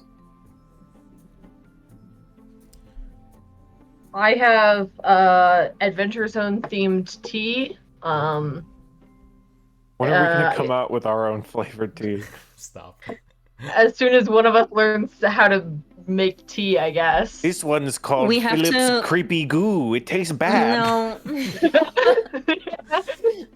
This is called bone phlegm. Good, very good. We have to make a G Fuel flavor too still. Oh, yeah. See, that could be Philip because he's green. It is. I was in a tea exchange and I got a box of like little samples of Adventure Zone flavored tea, and this one is called I'm Not Lulu, and I put the packet all the way over there. So I think it's got like cherry or rose or something. I'll post about it on Twitter if it's very good. Well, actually, I don't know. I've never tried this flavor before because there's like 6 different flavors in there. My favorites are Story and Song and Berries and Cream. I also have a cookie. Dope. Chris? I have no snack. What? Get out. I'm but a poor boy. No snack for me. If you would like to give me snack, you must join our Patreon, where we will have exclusive content. Stop No, that. stop that. Absolutely not. On Patreon, please buy my shirts on Redbubble, please. If you yes, there we go. Let's do exclamation point Chris in chat. That's just true. I do have shirts on Check out Chris's art redbubble.com portfolio so that you can and pay, TeePublic. for some stuff. I think you're. I like Chris, the weren't you also TeePublic shirts doing, more. Chris, weren't you doing commissions? Yeah, I have the page up. No, and I should probably promote it more, but I'm not. I'm sort of busy. Yeah. But I'm not busy. If you want me to do a commission, I'll do a commission. But I've been too busy to promote the commissions. There Is you what go. I mean. Yeah, that's what Chris means. Or if you just want something I've made on your body, go to my TeePublic or Redbubble, and you can get it all over your body. I really love TeePublic more because you can do like front and back designs, and so there's some cool stuff there. Get the link, Chris, and drop it in chat. Well, if you go into my portfolio in my link tree, Okay, dope. there's like it'll take you to TeePublic, but they're not amazing shirts. They're like they're not drop shot or whatever the hell. They're print on demand, so it's like you're paying for a $24 t-shirt. You're gonna get a $24 t-shirt. This is what I mean. And, Sure. and I get a very small percentage of that. So it just is what it is. But I'd love to see it on your body. Did we ever also put up the shirts from TKO's past on the Discord, where it's like the link to the TKO, like where you can buy this shirt? Do y'all remember? I don't I know. don't if think we've we ever- did, and I that's doubt it. definitely. You know what? I think we may have shared it. I think we have Amongst some ourselves? somewhere. Sure. I have like designs screenshotted and saved in like my private Discord chat. But that's only like a few, like the Be Not Afraid Garfield. Mm-hmm. I'm morbed all over, which is one of my personal favorites. That's one of our top No. Twitch clips. Shout out to that There's one. also a hidden emote that I dare not activate on Twitch. I don't want it. Don't do it. No, Chris, stop. I'll turn you into an emote. And Joker. That was so good. Chris is already an emote. He's an animated emote in our Discord. True. Yes. He's on this too. He's on. Chat, let us know what Is other he cast animated in members you'd Twitch like to too? see animated. Animate as me. animators. Okay. I'm so annoying. Guys. Give me something to emote, to animate, and we'll do it. Gravy savory gravy G Fuel is very fun, and I love that a lot. Fun. Well, I guess that concludes our snack check. Chris, Maestro, if you would please switch us back to the stressful music. Time for some tonal whiplash. Let's Correct. go. Oh God, that's right. I Before forgot we about that. switch back to stress, I'll be right back. I just spilled tea everywhere. I have to get a towel. Okay, yeah, go. Okay, quick. Switching tone. Quick, do something funny. Chris, tell us in your best kind of like imagining of. Oh my God! Wow. Okay. The tone is switched. Now you have to do your Seto Kaiba impression. All right, Chris is averted. The battle's over. I've already won. You've Not got this no again. more cards in your pathetic deck. I love Oh, the no. Blue Eyes White Dragon like I love my Blue Eyes White myself. Oh, I no, have you- brown eyes, Yugi. You leave the out of the cards. You can't win, Yugi. Ah. Anyway, You can't beat me so long as I'm with my friends. Yugi, Yeah. what the fuck does that even mean? anyway. We're gonna cheat. Oh, There you fuck. My one weakness. I can't tell you how many. There's a certain number of times in the series where like a friend on the sidelines throws him a card, right? Like from the sidelines, throws it to That's Yugi, crazy. and he like catches it and uses it, or something along those lines. Now, granted, Does I he think- do that? Does he actually? I feel like this happens like in shadow games, which aren't regulation. But Yeah, like, we're already fucking up the rules. Might as well at that point. Exactly. Anywho, People absolutely like the sheer amount of cheating that goes on in Yu-Gi-Oh by Yugi Moto himself Mhm. is Yeah. ridiculous. Yeah. Well, it's just sort of like you'll time skip, you'll wait a few, and you're like, I don't know how we got here in this amount of turns. It's just sort of you jumps in logic just to get the story moving, but it is what it is. I love that. I love those tight leather pants Yugi wears. Anyway, let's go on. I was just gonna say to wrap it up in tight leather It pants. says Yugi What? Moto as well. Card games on Zamboni's. Thank you for calling out this specific moment. Kaiba throws Yugi a card during Duel City, but it's Kaiba's tournament, so it's like So true. it's like the commissioner throws the card, so it's like he's breaking his own rules, but it's settled. He makes the rules. Yeah, exactly. Anywho, so we are going to return.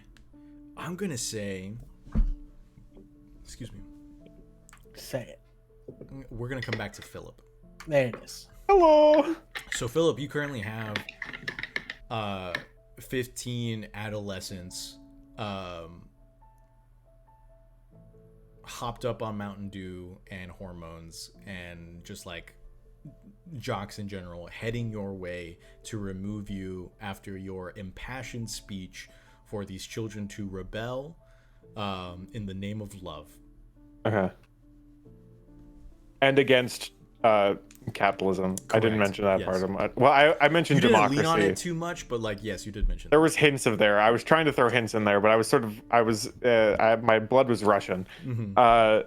Cool. I think Philip is going to use magic to trap these teenagers in their place. Oh, fascinating. Okay. Yeah, go ahead and roll use magic. Finally, something I'm good at. Epic 5 and a 4, which is a 9, plus my 3 magic is a 12. Excellent. So with that, it goes off without a glitch, right? Yes. So tell Or me, wait, on a 12. Oh no, that's advanced. Sorry. you're good. So go ahead and tell me what exactly it looks like as you Cool. trap these teenagers. Philip holds out his hand and is like, "Stop in the name of love!"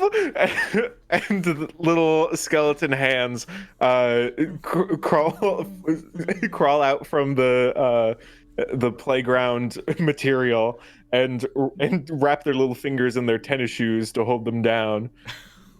Oh God. To not be obvious skeleton hands, just to be like, oh, my shoes are stuck. I can't see what's wrong with them. Sure. Yeah. Cool. The 15 adolescents like are stopped in their tracks, and they kind of like momentum is still carrying them, so some of them like bump into each other. Some are like threatening to fall. And then you watch them all freeze in time. Like some of them are like in active falling stances. You look around and you see the children, the adults, they're all also in varying stages of like surprise or in movement, but they have been frozen. And then you hear I don't know if you can hear that, but I did a squeaking noise of yeah, thank you, Chris. Of a playground swing.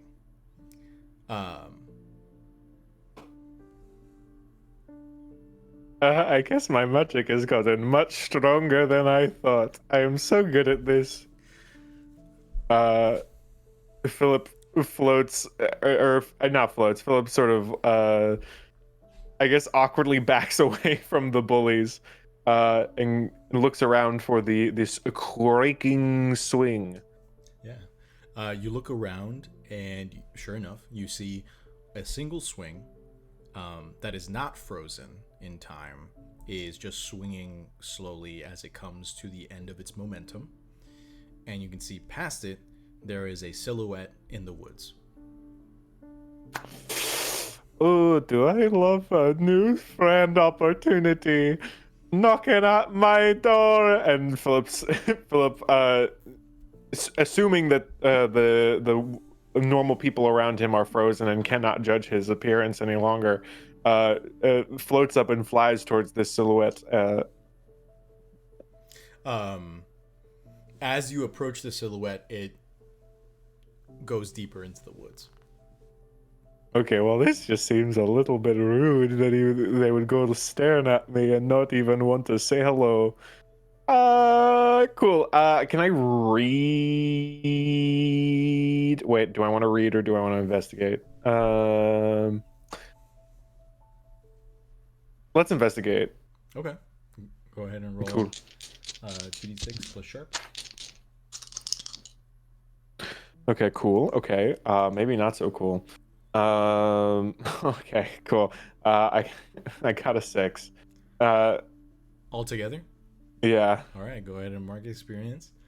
I'm not doing too good this episode. I'm not very effective. I'm double checking something in moves. I don't think there's any negatives to investigate. Oh, there's always a negative. Okay, Yeah, cool. even if it's just a hard move, there's just nothing specific.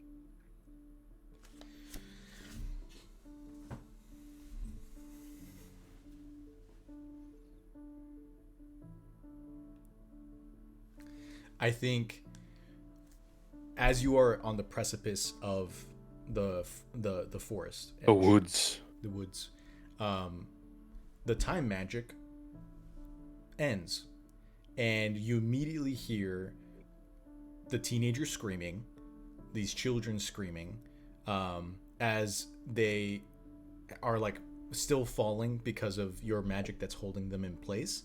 I'm not sure how strong your magic is. In my head, I don't want to be mean and make any of these students accidentally break their legs because their feet are super glued to the floor as they are moving, and their legs can only move so far before something gives way. But I think my question to you is, does Philip want to find out? Or is he... No, I don't. No, Philip doesn't want to break these kids' legs. Excellent. So I think does Philip want to go ahead and go into the woods then? As your magic has now kind of created this chaos within this children's space, and their cacophony is getting louder.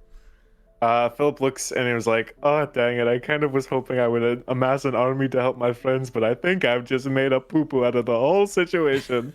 I better go off and hide in shame." And Philip wanders into the woods. Excellent. As you wander into the woods, we will now cut back to our friends in the gymnasium. Cole, Ren, Fig, the question has just been put forward to you of what good could you do that you'd be allowed to enter this crime scene, essentially. We've had a bit of time to think about it. I will allow y'all to just kind of talk out of character, decide who goes first. Again, we'll kind of do the same rules as last time, where like all three of you can speak, or one of you can speak while the other two are doing roles. Whatever mishmash combination y'all would like to do in that time is okie dokie by me. Masha, you don't need to roll. If you'd like to expend another one of those holds that you had, that's totally okay too. Just let me know what y'all want to do and what order you want to do it in. Cole's gonna speak, but that like, what would you two like to do? Because we can decide what order, who does what, things like that. I just know what Cole is going to do. He doesn't have to do it first or last or whatever. I have a point of order, like rules-based question, and I think I've asked this before, and I always forget.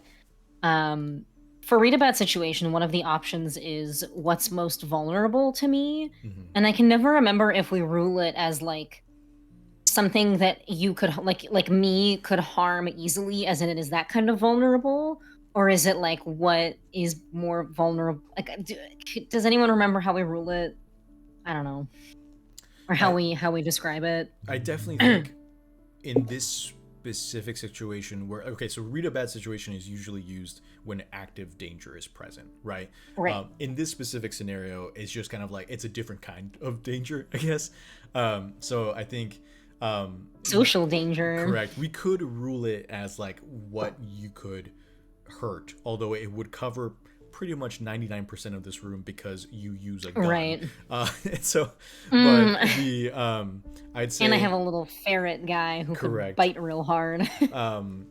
if you are trying to use it as kind of like who could I maybe influence, like who would be more willing to, or yeah, I think in this specific situation, if you wanted to use it as, I'd like to know who maybe I could kind of focus my words to for the sake of maybe getting like a +1 on manipulate someone the next time I speak or something along those lines. I think that could maybe help, of just kind of like who would maybe be more empathetic to my cause, if you want to try doing that. But Fig does not want to talk. sure. I'll hold on. You I'll could let. pass that information on to Cole or Ren as well. I would allow that. That's true.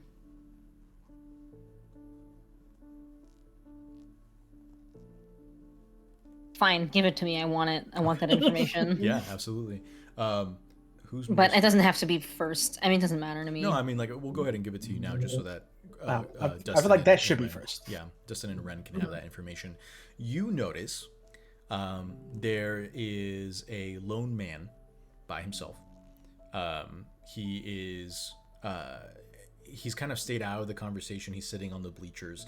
You can see that he is wearing gloves and a very long sleeve t-shirt.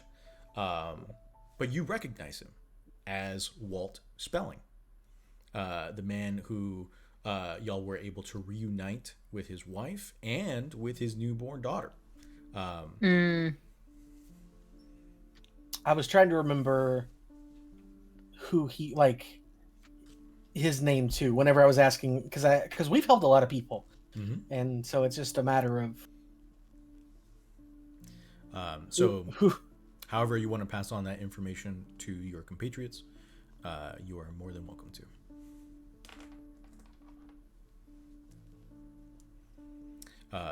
Yeah, I will. Yeah.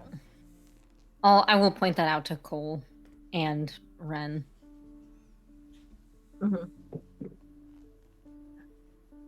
I think Ren has realized that talking, they fucked up the talking part, so they're gonna sit back and try and read a bad situation. I think they're trying to, like, they were like, oh, that was a pretty strong argument. That didn't fucking work. I'm gonna reassess the crowd, and so they're gonna try and read a bad situation. Sure. Yeah, go ahead and roll me 2d6 plus sharp. Oh, hell yeah. That is a 10. Hell yeah. So you get to hold 3. So you've got what's my best way in, what's my best way out, are there any dangers we haven't noticed, what's the biggest threat, what's most vulnerable to me, and what's the best way to protect the victims. First question is going to be, are there any dangers we haven't noticed? Because I'm Mars is curious about that tech bro. Excellent. So this actually helps us loop back to Fig's questioning of Cole about the tech bro. Cole, you wouldn't know the tech bro. However, Ren, you've seen the tech bro before. He was on the real estate sign outside the victim's house. Okay. I'm gonna write that down before I forget it. And you know that specifically the name of the you would remember the real estate sign says Phoebe Marcus Real Estate.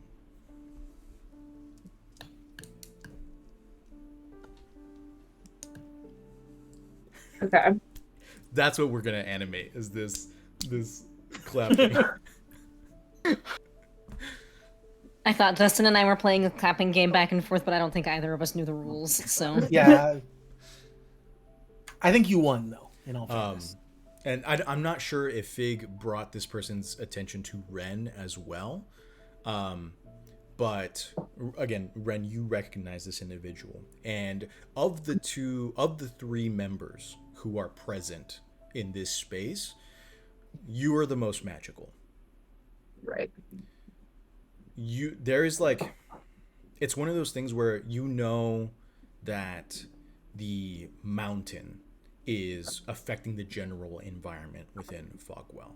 It's something that your body has somewhat gotten used to over these months. You can easily, within like the auras and feelings and general vibes of magic, you are able, because you've gotten used to it, similar to Philip, you can kind of separate out the vibe of the mountain with like other vibes of like, you know, what other kind of like magics are in place. You sense something else in this room.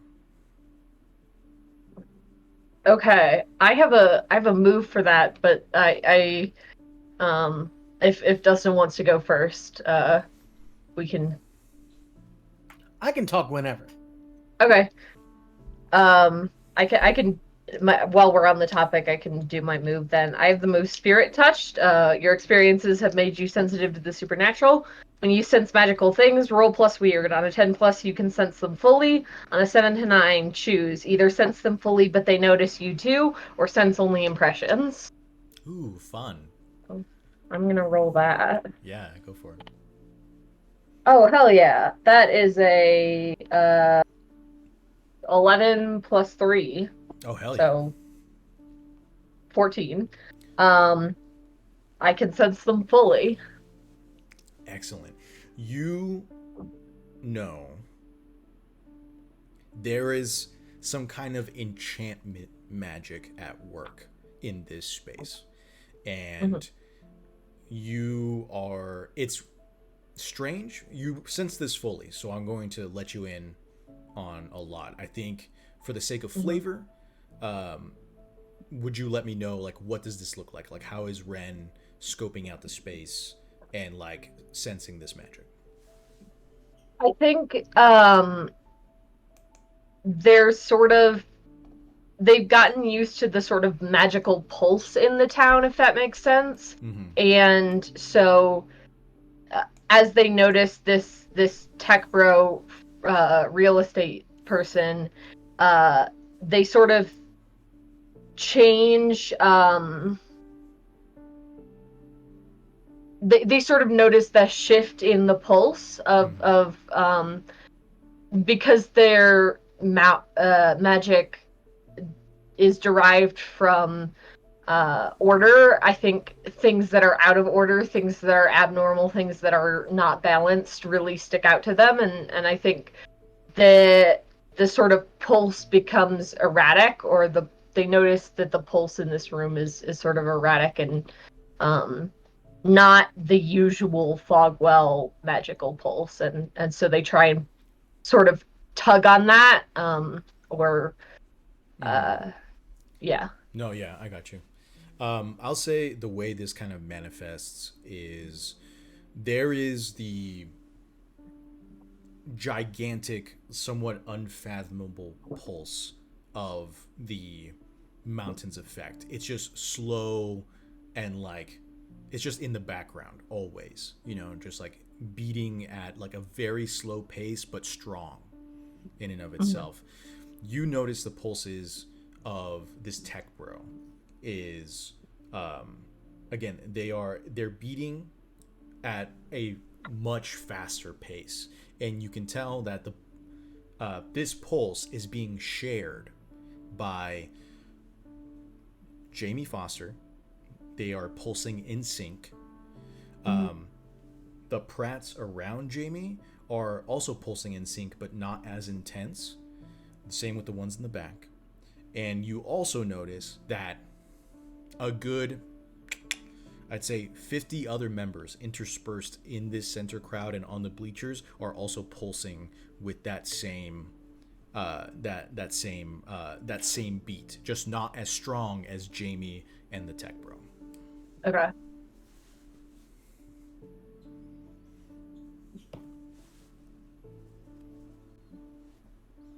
I think Ren wants to relay this to their party, but doesn't know how to say, "Hey, I think there's some enchantment shit going on," without being like, "Hey, I think there's some enchantment shit going on." So I think they're just gonna kind of try and focus in on that pulse for a bit, and try and just understand it as well as they can, so that they can explain it to their party later. Sure. Cool. Fig, was there anything else, anything more that you wanted to do? I think knowing that Cole wishes to say more things, she's going to just keep like a really sharp eye on the crowd. Okay, fair enough. Cole, the floor is yours. So what was the guy's name one more time? The tech bro? No. The Jamie Foster. No. Walt Spelling? Walt Spelling. Thank you. Correct. Too many names. What was the name of the tech bro while we're here? My name is Philip. Phoebe Marcus. Phoebe. Phoebe? Correct. Okay. Like from Friends. Ursula's here somewhere. Ursula, Phoebe's twin sister. Anyway, I watched a lot of. I don't watch Friends. All right. Strange note, I think this is the second time I've used the name Phoebe as a character in a Monster of the Week mystery. It's not bugging me, but it is something that I've just remembered of myself. Like you made a Phoebe in season 1 or something? Yeah, they were in the Halloween episode. Ooh, interesting. Number one, episode number 1. Please watch it on YouTube right now. No, not right now. Stay here. Not right now, No, later. right now. Just have it playing as the same time you're watching the stream. They're Simultaneously. one of the members of the Necronomic Club with Ned. Necronomic Club still super cool. Yeah. How is Still Ned super doing? cool. I wouldn't know. He's dead. I don't know. It's He's fine. I'll gone- I'll find a way to get him in our mystery. It's You know what? He's in Oregon. He's north. We're close. Yes, he is. You are correct. I'd love it for him to be in college, maybe. I'd love for like a him to freshman be in alive. What would he be majoring in? This isn't important. I'm sorry. No, but now it's Cryptozoology, probably. Can't major in can't cryptozoology. major If in you it. could, I and would have. It's my made-up world, and I Oh can my do God, whatever I'm I sorry. want. yes, and Yes, No, and shut the no, fuck up. fuck you. Okay, quick aside. On Thursday, which is when I have my D&D game, one of my team member, like one of my fellow party members, said no fuck you to something that the DM asked, and I was like, it's everywhere. Chris started a movement. No fuck you isn't Yes. like a regular phrase Yeah. that people say all the time. Chris is the very first person to ever say it. Ever say I'm those the words in first that person order. to ever say it. We're coming out with shirts where it's gonna say "No, shut the fuck up." I'm gonna sue people who say "No, shut the fuck up." It'll be a whole thing. And then they'll be like, "No, shut the fuck up," and you'll be like, "Oh, Oh, my own power against me." Anyway, Dustin, please give us the role play. Okay. I know. I'm muting my. Okay, gotta get back in the.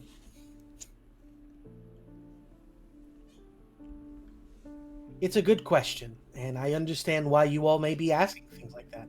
What good are we? Well, people do have talents, and they do have skills that can assist people. And my friends are some of the most talented and skilled people that I've ever known in my entire life. Rin is one of the most protective people I've ever met. I don't think that I could ever feel safer in a scene that as violent as what we saw than having Rin with me. And Fig is one of the main reasons I feel we were there to help. Fig is one of the best trackers I've seen in my entire life. She can look at a footprint from half a month ago and be able to tell you what the person ate that day. Or at least that's what it feels like. we use our talents and skills to help people. And sure, um, there are many people with talents like ours, I'm sure, but they're nowhere near as good as my friends, and I can guarantee you that. Without fixed tracking skills, uh, Mr. Spelling would not have been reunited with his family. If it weren't for her assistance, he would have just been a missing person on a milk carton somewhere. So if you want to know what we can do to help, it's things like that. We can use our talents and skills to help people, and that's why we were asked to help. And if you need proof of that, if you need evidence of that, you can ask Miss Merrill. She knows that we have these talents to help people. And what good are we if we have these talents and do nothing with them? If you would ask us to not help the police when the police ask us to assist, what would you have us do? Just sit on our thumbs and let the community die?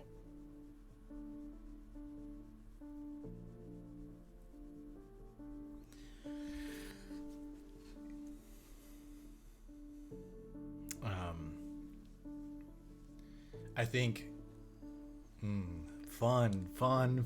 This is good. Okay. Yeah. Go ahead and roll me manipulate someone. Oh boy.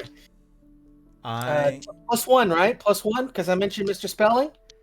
Yes, you know what? I will give you a +1 All right, because right, you're right. acting on the help of your friends, and I Yeah. am moved by your words.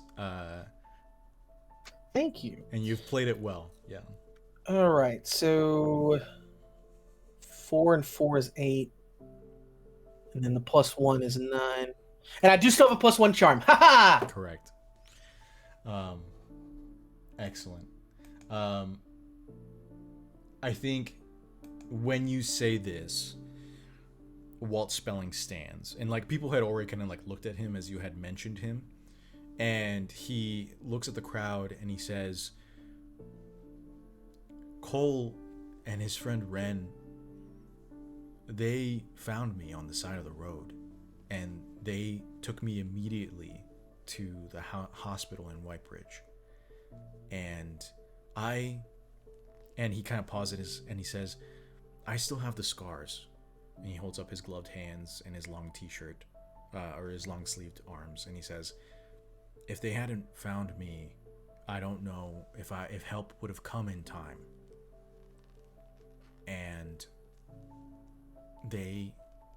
eventually I got to go back home to my wife and my daughter. They're outside right now.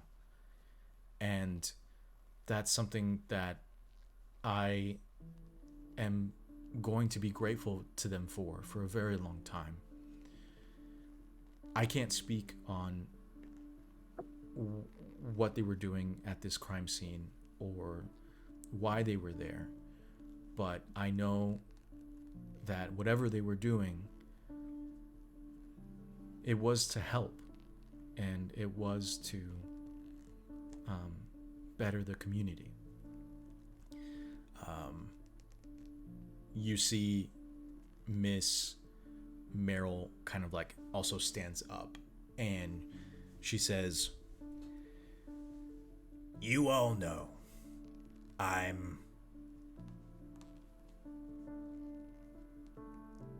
don't stand for foolishness. And these kids, they're friends. I've seen them. Scratch that. She does not say I've seen them. She says, I know they're doing what's best for Fogwell. And that's something that me, as someone who has given much of their life to this town, that's something that I'm grateful for. Here's an interesting bit that I think Ren, with your pulsing ability, would notice. Miss Merrill is pulsing at a different pace than everyone else. And it's strange because it's more, it gives off much more of a calming pulse, where it is almost like, and as soon as you see her talking, the pulse brightens a bit, and you see members in the community also beginning to kind of sync up with that pulse. However, as soon as this pulse is introduced, you see Phoebe, Marcus, their pulse agitates for a moment, and you begin to see Miss Merrill's pulse die down slowly, and a new pulse begins to overset over it, similar to the pulse of Phoebe, Marcus. You alone see this. Okay. Now, we jump back to what everyone else is experiencing at this point in time. Fig, if you are watching Phoebe, you can see his mouth begins to move. He is staring not at Jamie, but he is staring at Miss Merrill. And Jamie begins to speak, and he says, "I see. Well, then I extend my thank you to you and your friends for helping fill the holes that this administration has punched in our law enforcement. If it seems that we need help from private citizens, I'm wondering," and he kind of looks around, why we've spent so much money bringing on all these new police officers if they cannot do their jobs. We've taken that money from the town beautification fund. The town hall still sits in ruins, and yet people are dying. Oh, sorry, Chris. His computer crashed. Oh, okay, cool. Okay. Sorry. No, you're good. Welcome back. You're good. No worries. My computer screen went black, and I could still hear you for a moment. I didn't know if I was visible or not. Sorry, my bad. That's all good. I think he turns around and he says, "I'm calling for a vote of no confidence with Mayor Hollow and calling for an immediate re-election where I will be the incumbent." And immediately everyone just kind of starts talking out loud. Mayor Hollow is banging for order, calling on the microphone, asking people to quiet down, to settle down, all this kind of stuff. Ren watches as Phoebe's pulse begins to, or Miss Merrill's pulse begins to match with Phoebe's, and you can see like Miss Merrill's kind of like beginning to sweat a little bit on her brow. And I'll say you can sense that there is also a little bit of telepathy going on in the air right now. You don't know what's being said, but you can sense that it's happening in this space. I think Bren kind of whispers under their breath so that Fig and Cole can hear, and is like, something's wrong.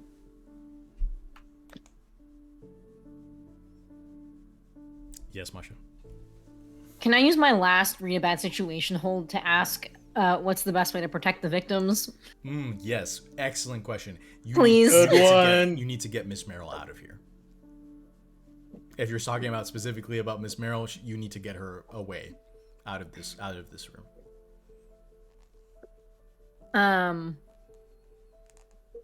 Okay.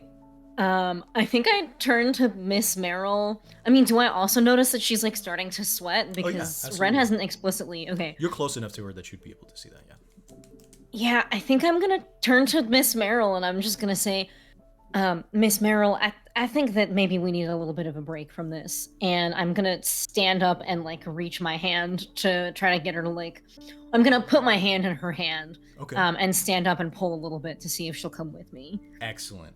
You touch her hand, and No, hold on. Something immediately just kind of like an alien force presses itself into your mind, and you catch the end of a conversation that says, "The truth will come out, Fogwitch, and your town will burn." And Miss Merrill kind of like drops. She like her cane drops and she like falls on one knee. And I'll say that you catch her because you were there holding onto her hand. I'm big and strong, yes. Yes, correct. But immediately as she falls down to her knee, the room even erupts even more. You do see like small individuals kind of like from the front rows like rush forward to try and help Miss Merrill, and others kind of like going. But immediately you hear Mayor Hollow's name just kind of like, or Mayor Hollow's voice say, meeting adjourned, somebody get her, somebody get the ambulance or something along those lines. Like, get her out of here, all that kind of stuff. You see some police officers are like grabbing some kind of like a wheelchair from the PE coach's office. Like they like go into the office and like roll out a wheelchair that would be there in case a student gets in an accident or something along those Oh my lines. god. But like they messed like up. they like fold out the chair and like and like wheel it over to have Miss Merrill taken out. And we'll go ahead and say we're going to transition this scene back over to Philip. All right. Philip, you have pushed into the woods. And I will say that as soon as you get far enough to where you can no longer see the high school or the elementary school due to just the foliage and the thickness, the density of the tree line in and of itself, the silhouette reveals themselves to you. And you watch a young woman in her like early 20s step out from behind a tree. She has black hair in a kind of bob, and she's wearing almost kind of like hiker's clothes, like jeans, hiking boots, and a very like nice comfy looking sweater. And she kind of crosses her arms and she looks at you and she says, "Hi, friend. It's been a bit of time." Oh, My, how she's grown. Wow! Crazy running into you here. That's so weird how we meet in the same exact places, you and I. And How have you been? oh, lonely. You and me both. Oh, what happened to Cole? Well, he went away for a few months, went on like a pilgrimage to discover himself. Created a very popular web show. I hear it has e-girls, though I don't understand what that means. Well, I'm sorry about that. I know what it's like to be left by a friend. Oh, that's so crazy. What is it? I mean, what are the chances? We have so much in common, you and I. We do, Philip. And there's something else that I think maybe we could help each other with. I'm looking for something. And I think you're looking for it too. If that thing is a friendship, maybe. I don't. And love. I'm sort of on a big love tirade today.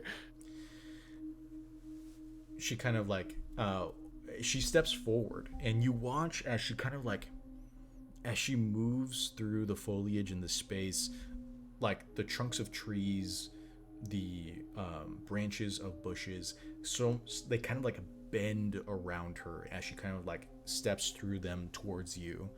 And she comes close and she kind of reaches out, and if you let her, she'll put a hand on your hoodied face. Mm-hmm. And she'll say, "I'm looking for the Fogwell, Philip. And I know you can help me."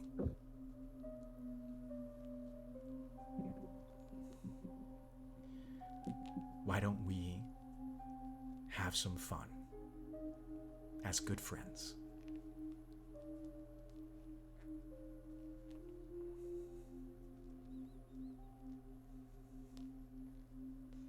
can't miss my day. And we'll go ahead and kind of like transition out of there. Cole, Ren, Fig, what are y'all doing in the aftermath of the town hall? Is somebody staying with Miss Merrill? Are y'all investigating the space, or is one of you trying to go find the tech bro? What are y'all doing? What are y'all up to? I think the minute like chaos breaks out and the meeting is adjourned, Ren is going after Phoebe Tech Bro. Okay. So Ren's going after Phoebe Tech Bro. Cole, what are you doing?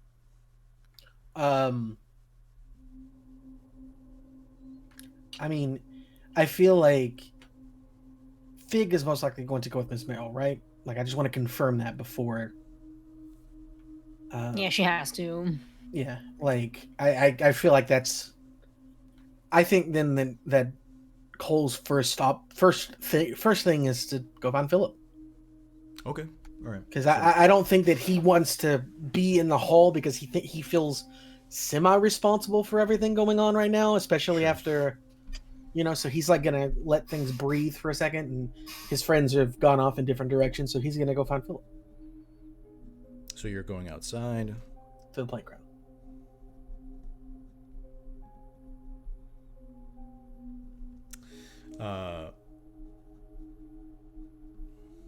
I realize I didn't say the woman would have introduced herself again as Dora. Philip would have previously known her from a previous mystery where she was a young little girl searching for her dad in the woods. If you'd like to know how that turned out, feel free to go back to season 2 and check out how that went. Spoiler, she hates Cole. Yep. Is she the kid that I... Yes. Yeah, you shot. Yeah. You shot the kid. All right. You shot said I we didn't should wanna make a big deal spoil about it. that. She was, to clarify, she was, in the moment, she was a changeling.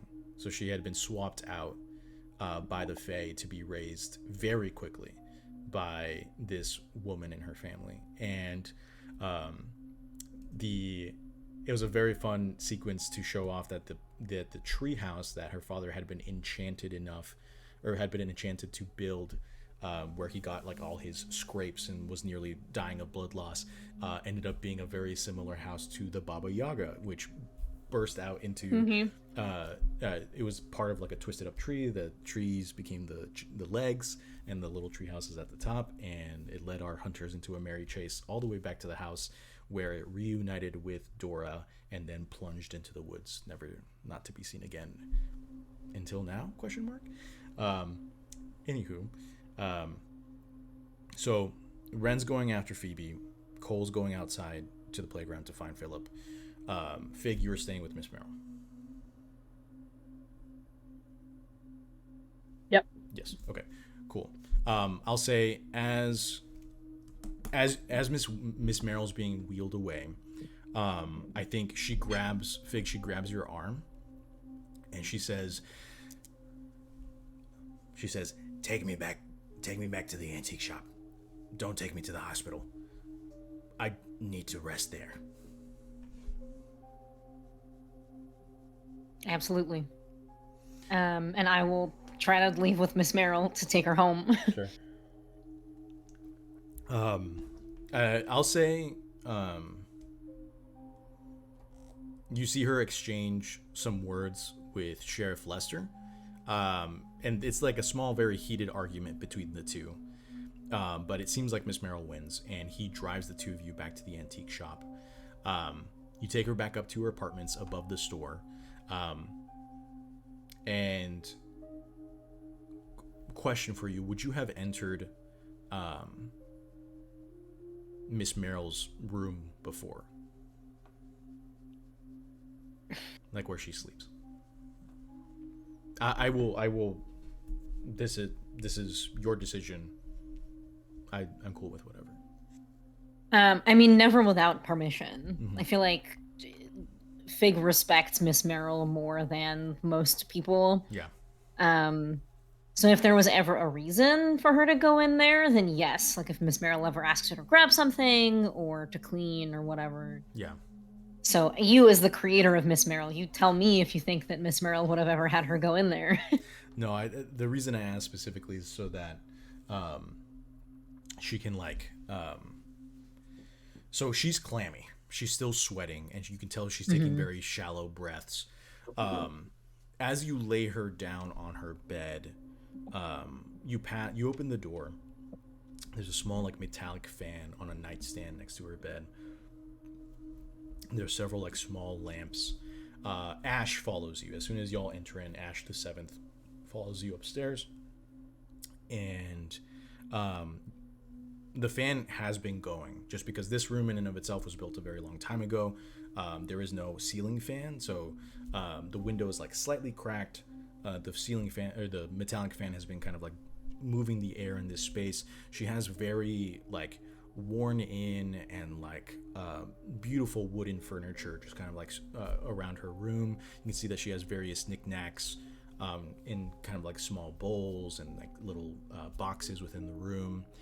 And she lays down and she goes kind of quiet and still.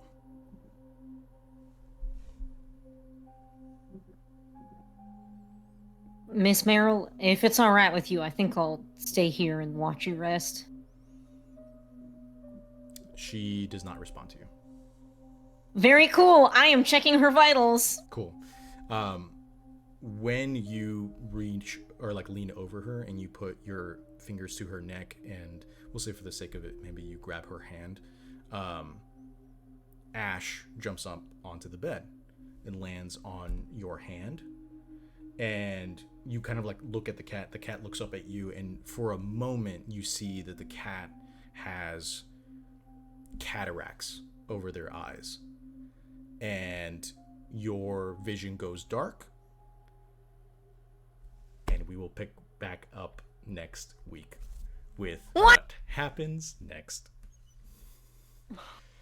My favorite part of that is that it took it a second for it to sink into Masha. Masha's okay, yeah, wait a minute. I loved it. Woo! So good. Oh, Are you... Cat girl mystery, let's go. I love that response. Chimachi. What the fuck, son? You can't do that to me. Spicy. Wait, are you sure? I trust you, right? Because you have cats, so I don't. Excellent. Thank you all for watching. We very much appreciate it. I think we'll quickly go through our end of session questions, just to kind of again, just to make sure that we're going through them. I'm sure a lot of us kind of failed rolls tonight, so I think a lot of you got experience as well in general. But let's go ahead and go through them. Did we conclude the current mystery? In my heart of hearts, maybe. Sure. We'll say a no to that one. Okay. Did we save someone from certain death or worse? Did we? I will say Philip chose not to break those kids' ankles. Well, Philip I think decided to determined flee a long the scene time ago before he that found out deciding if to anything not do very Deciding to big not kill harm people is- doesn't count as doesn't saving count. them. Yeah. We've saved so many people. I will say you did get Miss Merrill out of the situation, which was an active threat on her life. So we'll say yes to that one. Okay. Did we learn something new and important about the world? Fog witch. Fog witch. Witch. Tech bros are evil even in this universe. What else? Boromir. Boromir. I know the R is silent. Yeah. Somewhere near Fogwell, there's a weed farm. That's Yep. important to know. Yeah, it is. I had so much more written out for him to explain what went on. We got time. No, it's all good. He's It'll coming go back. up on the Patreon. He's coming back. Last question. Did we learn something new and important about one of the hunters? That Nicole go is for it. invited to the commune. Okay, well. I don't know if that's important. Sure. I think it's important. I feel like Fig would probably have been a little bit taken aback at how confidently Cole addressed the entire town. Like that seems kind of new. Like he was always like very like gung-ho about stuff, but I feel like he kind of leveled up in that. I don't know if that's Cole showed a new level of maturity. yeah. I don't know. You know what? I like Cool. it. I like it. What kind Either of way, is it's one, right? It's No, just we're one getting XP. two. If No, That that's was a yes. two. you get 2. Oh, with okay. a 3 or a 4, because you did save Miss Merrill from the active threat that could have been a peril to her life. You did learn something new about the world, and then you did learn something new about the hunters. So we'll call that Nice. 3, and you all get to mark 2 experience. For those who are watching, we've implemented a newer kind of like system with starting with season 2, where every single time we level up, we add a new box to the experience area in general, just to make it like more adjustable for a long-term campaign, where it's like there is some kind of like balance to how quickly you could level up with a long campaign in Monster of the Week. But Yeah, so just to explain, normally once you get 5 XP, you level up. And so that's what we were for our first level up. And then after that, it was 6 XP to level up. Then it was 7, and so on. So then 8. Yeah. Now I'm on 9 XP to level up. Yeah, I need to check in with you guys to see if you remember me taking a level up recently, because again, can't find old character sheet, but that's for off stream. Yeah, I have a question off stream too, but no worries. With that in mind, again, thank you all for watching. I know it's late for a lot of us, but we hope you have a great rest of your week. We love you very much. Please be kind to yourselves. Unclench your jaws. And yeah, we'll see you next Tuesday. Join the Discord if you haven't already, so that we can chat. And find us on social media at TurnTables RPG. Cool. Let's say good night, everyone. Good night, everyone. night. I'm Good gonna night. have weird fucking dreams now. Thanks. bye.